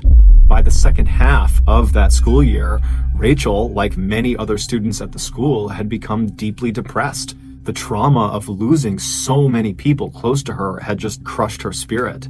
When her grades, which were normally quite good, began to decline dramatically, her parents pulled her from the high school and enrolled her in an alternative high school. They also began sending her to grief counseling. But not long after joining this alternative high school did Rachel drop out, so she did not get her high school diploma. Her parents were not happy about this decision, but they did understand their child's life had been completely disrupted in a catastrophic way over the past year. I mean, the trauma she had experienced already as this young person was more than what most adults would experience in their entire lifetime. And so they honored their daughter's decision to drop out, and they just gave her some space to try to figure out what she wanted to do next. After dropping out of school in the spring of 2002, Rachel got a job at a local pizza and pasta shop in town, but after only a couple of months, she quit. She did pick up some hours babysitting that summer, but for the most part, she spent her time just sitting in her room, alone and sad. Then one day, her father looked at the family's phone bill and saw it was significantly higher than normal. When he reviewed all of the individual charges, he saw there was one that really stood out to him. There were dozens and dozens of collect calls that had been placed from an inmate at a correctional facility. When he confronted his daughter about these calls, she would tell him that yes, she was speaking to an inmate at a correctional facility, and his name was John Anderson. He was 20 years old. He went by Diggy, that was his nickname, and that she and Diggy were in this sort of new romantic relationship. She told her father that she had met Diggy a year earlier at a high school party. This was before he was sent to jail on drug and burglary charges, and he had been very interested in her at the time, but she wasn't interested in him. Despite the rejection, though, Diggy continued to pursue Rachel well after this party, but it wasn't until a year later, when she had dropped out of high school, that she finally decided to give him a shot. Rachel would tell her father that Diggy, despite being a convicted criminal, was very misunderstood. He was actually a very nice guy who just had a troubled past, and that was why he kept getting in trouble with the law. Her father did not approve and was very worried about his daughter, but he wanted to be supportive and felt like he didn't really know the whole situation, and so he just told her, please just be careful.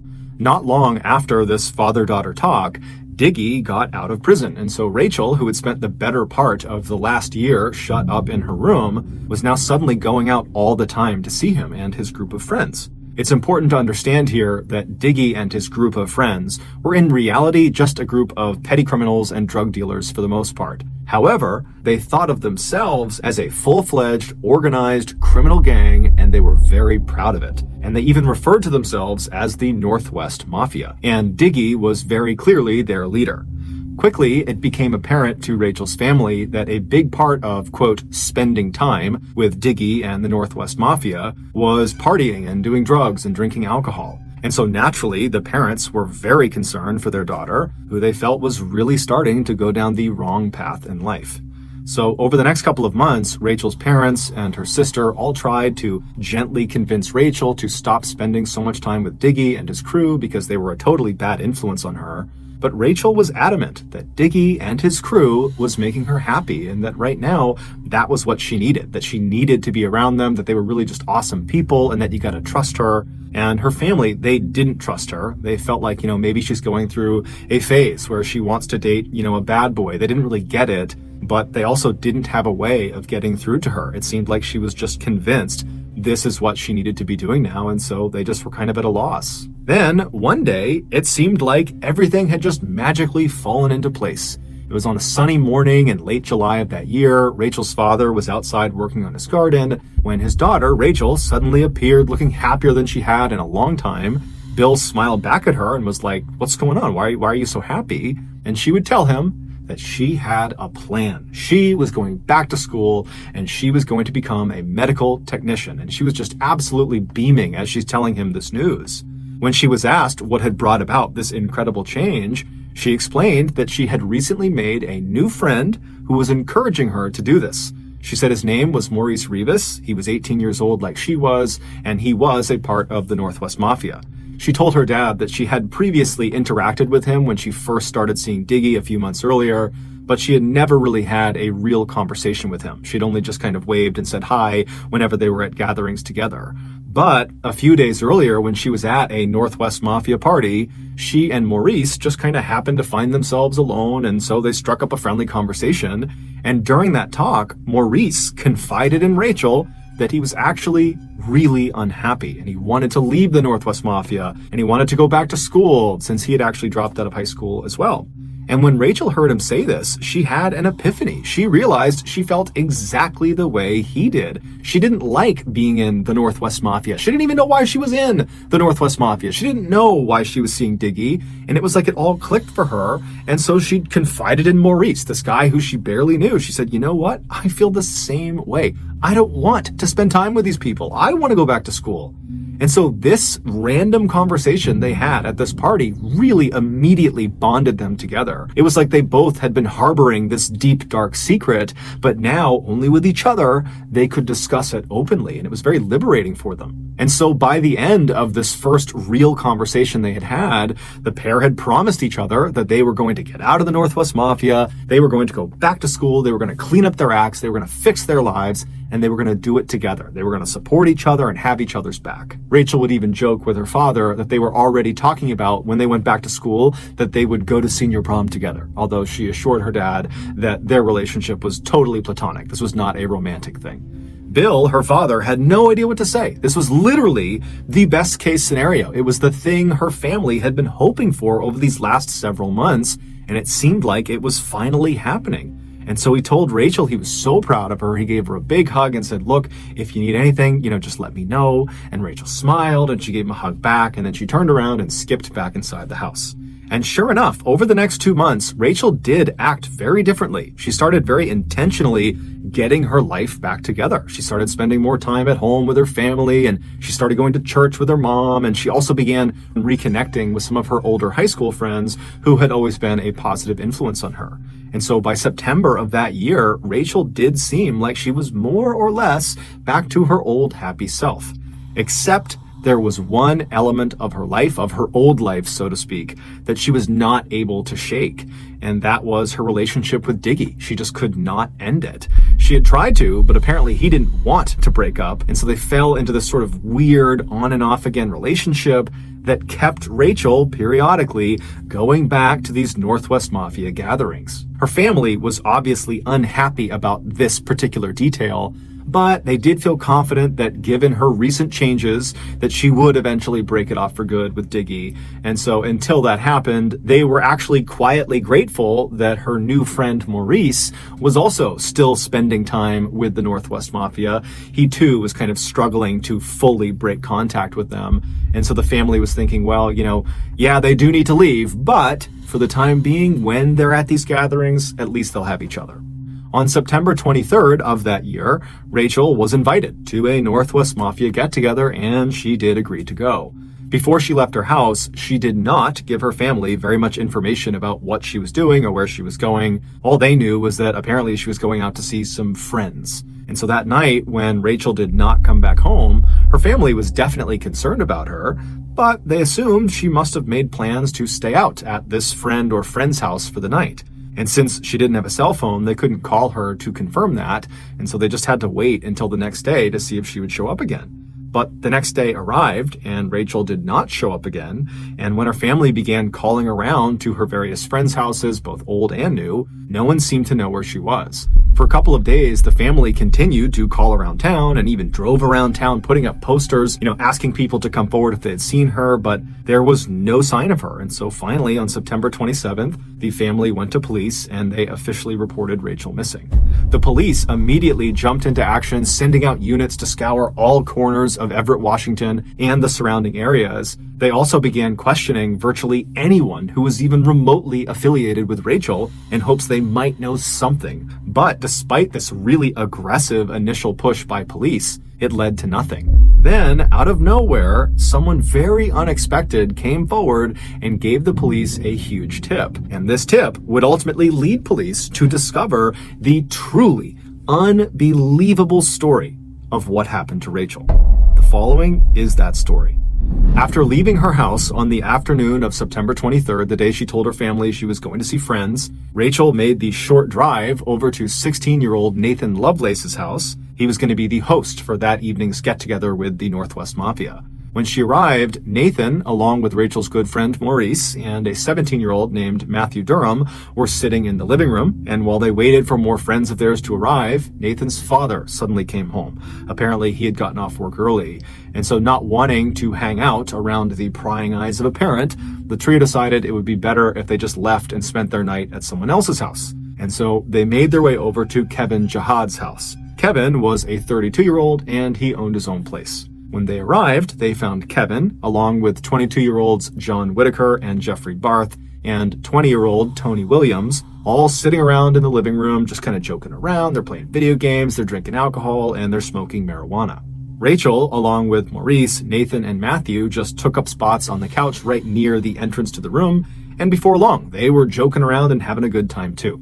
At 4 p.m., Rachel's on-again, off-again boyfriend, Diggy, stormed into Kevin's living room looking furious. Without warning, he punched two of the guys sitting nearest Rachel, and then he pulled out a gun and he began aiming it wildly around the room. And this instantly silenced the group because no one knew what he was on about. And Rachel, who's sitting right near the door, she does not want to be part of this, and she's thinking this has nothing to do with me, and so she decides she's going to get up and kind of slip out and let them deal with Diggy and whatever is going on in here. And so she stands up, trying to be as quiet and small as she can, and she begins edging towards the door. But in order to fully leave the living room and escape this situation, she would need to walk right past Diggy, who was standing in the doorway.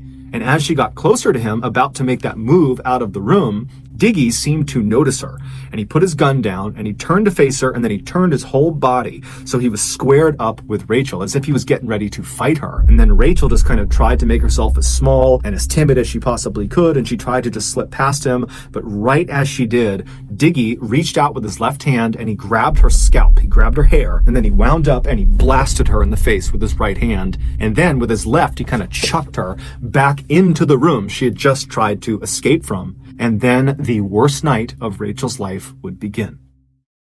As soon as she hit the floor in that room, she tried to scramble back to her feet, but before she could, she was getting punched and kicked by Diggy and several other of her friends who had just been sitting in the room joking around with her, and then the others who were in the room who were not actively participating in beating her, which included Maurice Rebus. They sat there idly doing nothing while Rachel screamed for their help. When her screams got so loud, Diggy was concerned the neighbors would hear her. One of the idle onlookers in the room, 20-year-old Tony Williams, simply turned the music up to drown her screams out. After a few horrible, violent minutes, Diggy told the others to stop, at which point he reached down and he grabbed Rachel's hair again and dragged her out of the room, and then he dragged her across the kitchen floor and through a door that led into the garage. Once she was inside the garage, he jammed a dirty sock into her mouth and he covered her mouth over with duct tape, and then he bound her wrists and her body with rope, and then once he was certain she could neither make any noise or go anywhere, he pushed her over so she was laying on her side all bound up, and then he just left. He went back into the house and back into the living room with the others. What Rachel was not aware of was this entire night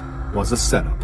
Diggy was furious with her, most likely due to a combination of rage that she had tried to break up with him and just jealousy that she was now showing affection to other men in the group, such as Maurice and a few others. And so Diggy had ordered the other members of the Northwest Mafia to help put her in her place. It was unclear exactly what he meant by this, but all of the Mafia members knew this meant physically harming Rachel in some way, and they agreed to it. Originally, the plan had been to lure her to Nathan's house under the false pretenses of just a normal night hanging out with some friends, and then at some point, Nathan, Matthew, and her close friend Maurice would abduct her and bring her to Diggy for whatever else he had planned for her. But Nathan's dad had come home early before they could enact their plan, and so when that happened, Nathan had to sneak off and privately call Diggy and ask what to do next. And Diggy, who was totally frustrated by this, just said, you know what, bring her to Kevin's house and we will all deal with her when she gets here. So when Rachel sat down on the couch in Kevin's house next to Maurice and her other friends, who she thought she was just enjoying a fun night out with, in reality, they were all acting. They were trying to act like this was just another night and kind of get her off guard so that when Diggy came storming into the room pretending to be mad, which was the sign, they would all attack her. But now that the plan had worked and Rachel had fallen into their trap and had gotten badly beaten up and was restrained and helpless in the garage, Diggy didn't have a plan for what they were going to do next. So instead of doing anything, the 8 guys who had just beaten up and restrained Rachel just simply went back to doing drugs and drinking and playing video games in the living room. Then, a few hours later at 9 p.m., Kevin's girlfriend, Trissa Connor, she came home, and when she did, she entered the house through the garage. And when she saw Rachel laying on the ground, restrained, badly beaten up, her left eye is totally swollen, she ran over to her because, one, she actually didn't know who Rachel was. So this is just a random girl in her garage that's beaten up and restrained. And so she runs over to her, she rips the tape off of her mouth, she pulls the sock out, and right away, Rachel is pleading with her to let her go, she won't tell anyone,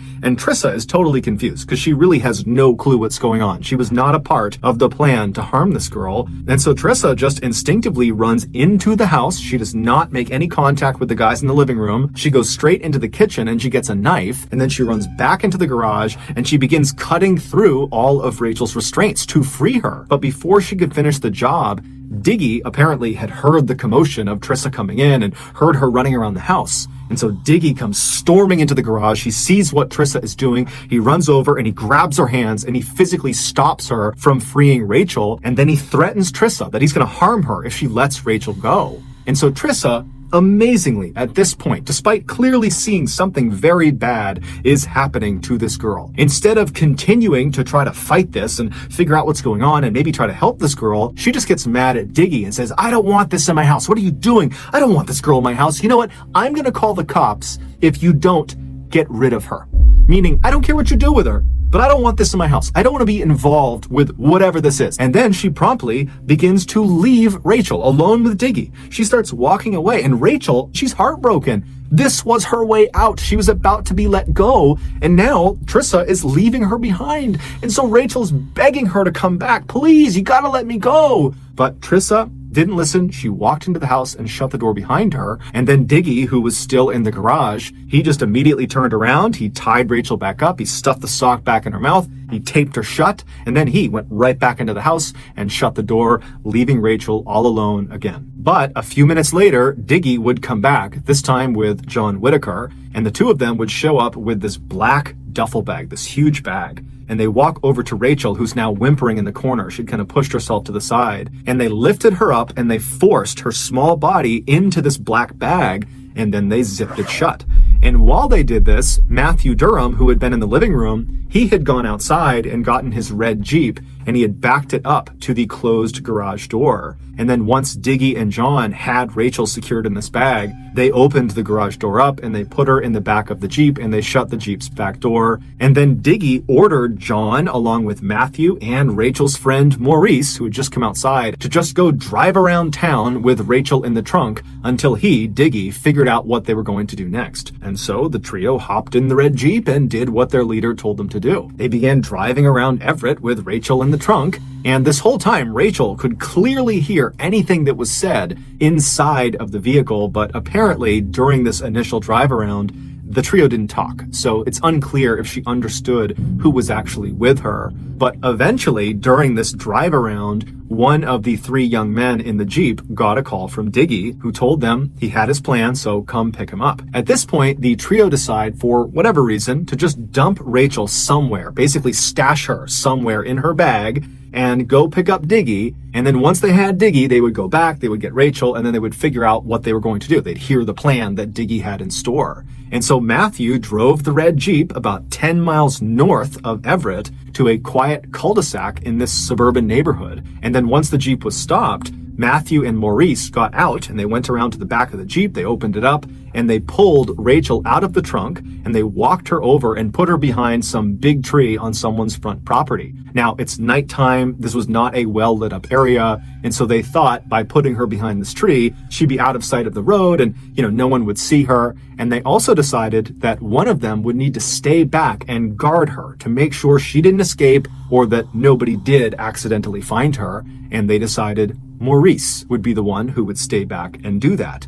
And so after Rachel has been planted behind this tree, Maurice made his way over and he sat down next to her. And then Matthew and John, they just drove off in the Jeep to go get Diggy. And so once the Jeep had driven off, Rachel, who could clearly hear their discussions and she could hear the Jeep pulling off, she knows she is now alone with her good friend Maurice. And so this is her opportunity to plead with him to help her. And so as soon as she hears that Jeep is gone, she starts screaming through her gag on her mouth to try to get his attention, and it worked. Maurice quickly unzipped the bag and pulled her gag off, but he didn't untie her. And right away, Rachel, she is so upset, she's frantic, and she says to Maurice, "They're gonna kill me if you don't get me out of here. You have to free me." And Maurice was just very nonchalant, and he said, "Yeah, I think you're making a big deal about this. You're going to be fine. Just go along with it. It's not a big deal." But Rachel couldn't believe what she was hearing. And so she's saying, "Maurice, don't you get it? They are going to kill me. This is the chance. Let me out. Save me. You're supposed to be my friend. Let me go."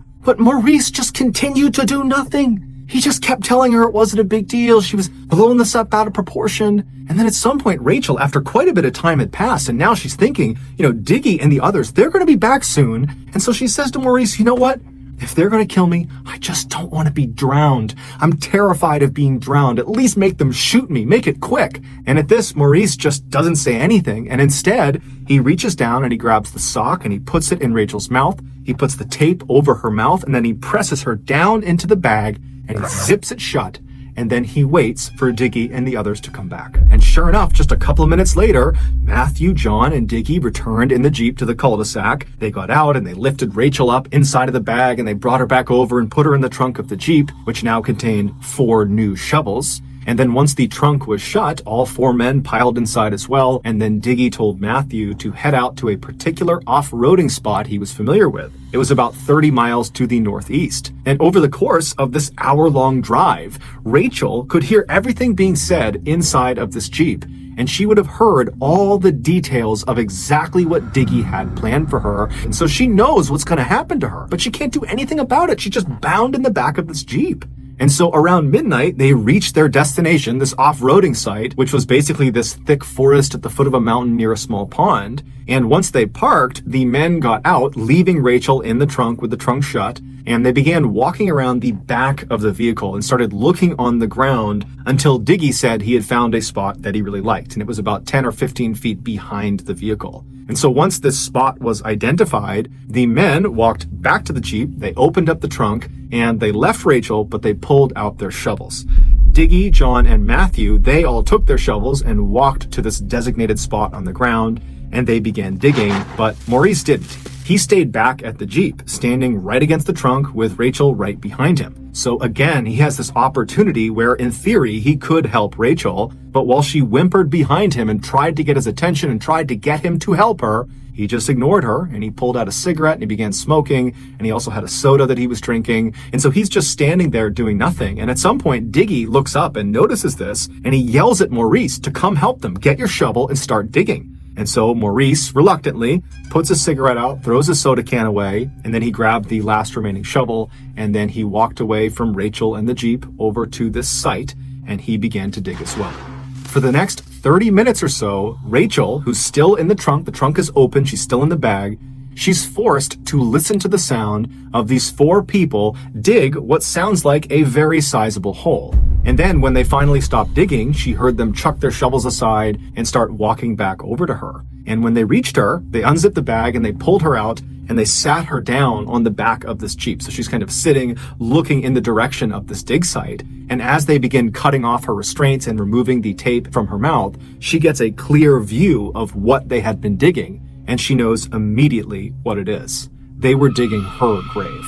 After all the restraints and everything was off of her, Diggy ordered John to start taking all of her clothes and jewelry off. Rachel knew at this point she was about to die. There was nothing she could do to stop it. She was outnumbered. She was in the middle of nowhere. She would have been overpowered. So she knows she's going to die. And so she had nothing to lose. And so when John grabbed her and tried to rip her clothes off, she fought back aggressively. And she looks at Diggy and she says, "At least allow me the dignity of removing my clothes and jewelry myself."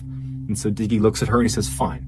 And so all of the men back up, and then Rachel, in front of these 4 people who earlier that day she would have considered her friends, she began taking all of her clothes off. And then after she had removed all of her clothes and all of her jewelry, she left one ring on her hand, and she clutched it with her other hand, and she looked at Diggy and said, "Can I please just keep this one?" The ring she was holding on to was a ring that her good friend Corey Haynes had given her right before he was killed in that car accident. And Diggy just says, "No."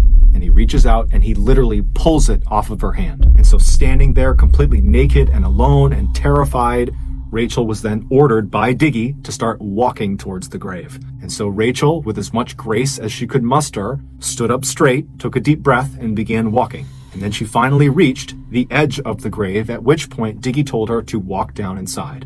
And so Rachel very carefully turned around and lowered herself down into the grave, and then she stood up in the middle of the grave with her back to her attackers, at which point Diggy said, "Get on your knees." And so she did this, and as soon as she was down on her knees, she looked skyward and she pressed her hands together and put them right up against her chest, and she began praying. And as she's looking upward towards the sky, Diggy laughs at her and says, "Don't worry, you'll be up there soon."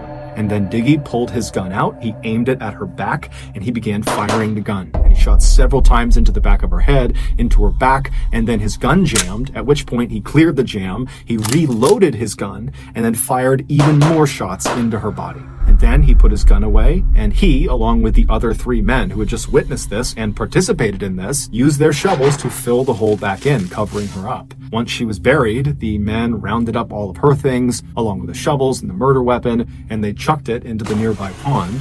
Diggy made sure to crush the ring Rachel had said was so important to her before he threw it into the water. Then the men climbed back into the red Jeep and they drove back to Everett. And on the ride, Diggy would tell them that if they told anyone about what they had just done, he would kill them too. But just a few days later, after Rachel had been reported missing, the mother of Jeffrey Barth. Jeffrey was someone who had been at Kevin Jihad's house on the night Rachel was abducted, and he also played a role in her capture.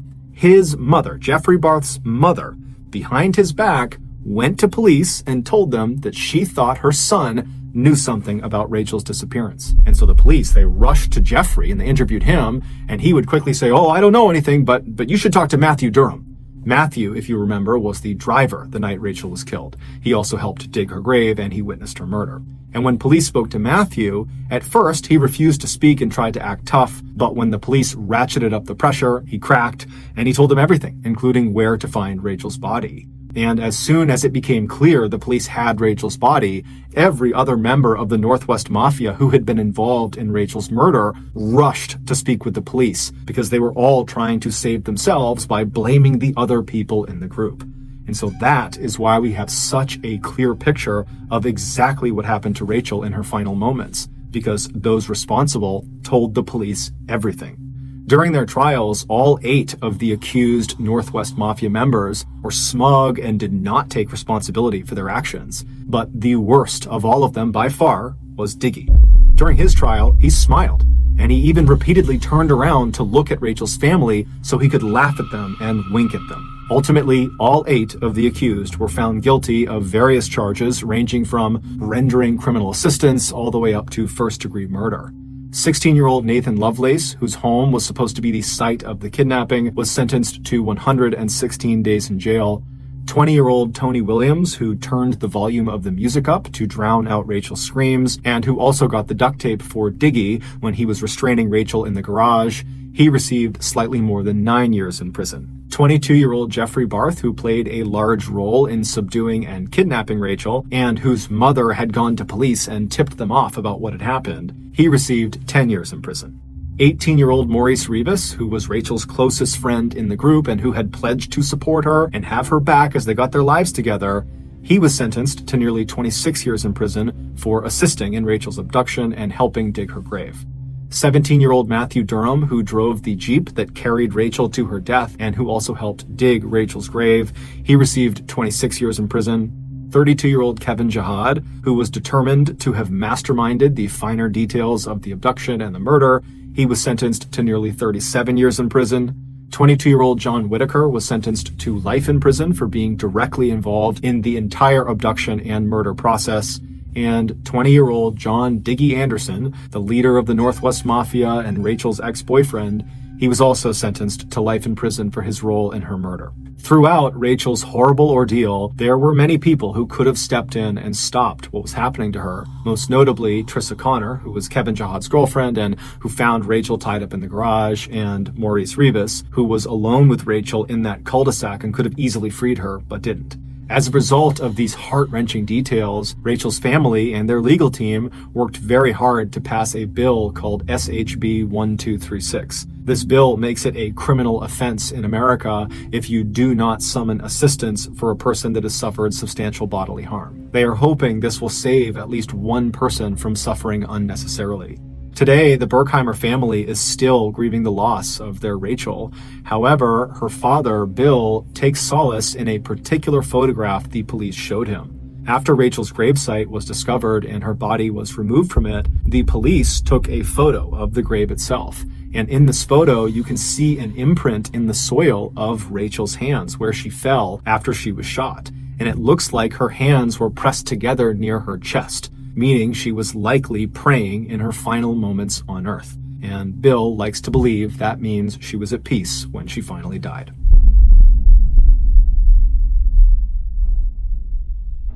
Thank you for listening to the Mr. Ballin podcast. If you enjoyed this episode, please offer to hang the 5-star review button's new 75-inch TV on their wall, but purposefully miss all of the studs. Also, please subscribe to the Mr. Ballin podcast on iTunes, Amazon, Spotify, and everywhere else you get your podcasts. This podcast airs every Monday and Thursday morning, but in the meantime, you can always watch one of the hundreds of stories I have posted on my YouTube channel, which is just called Mr. Ballin. If you want to get in touch with me, you can direct message me on any major social media platform.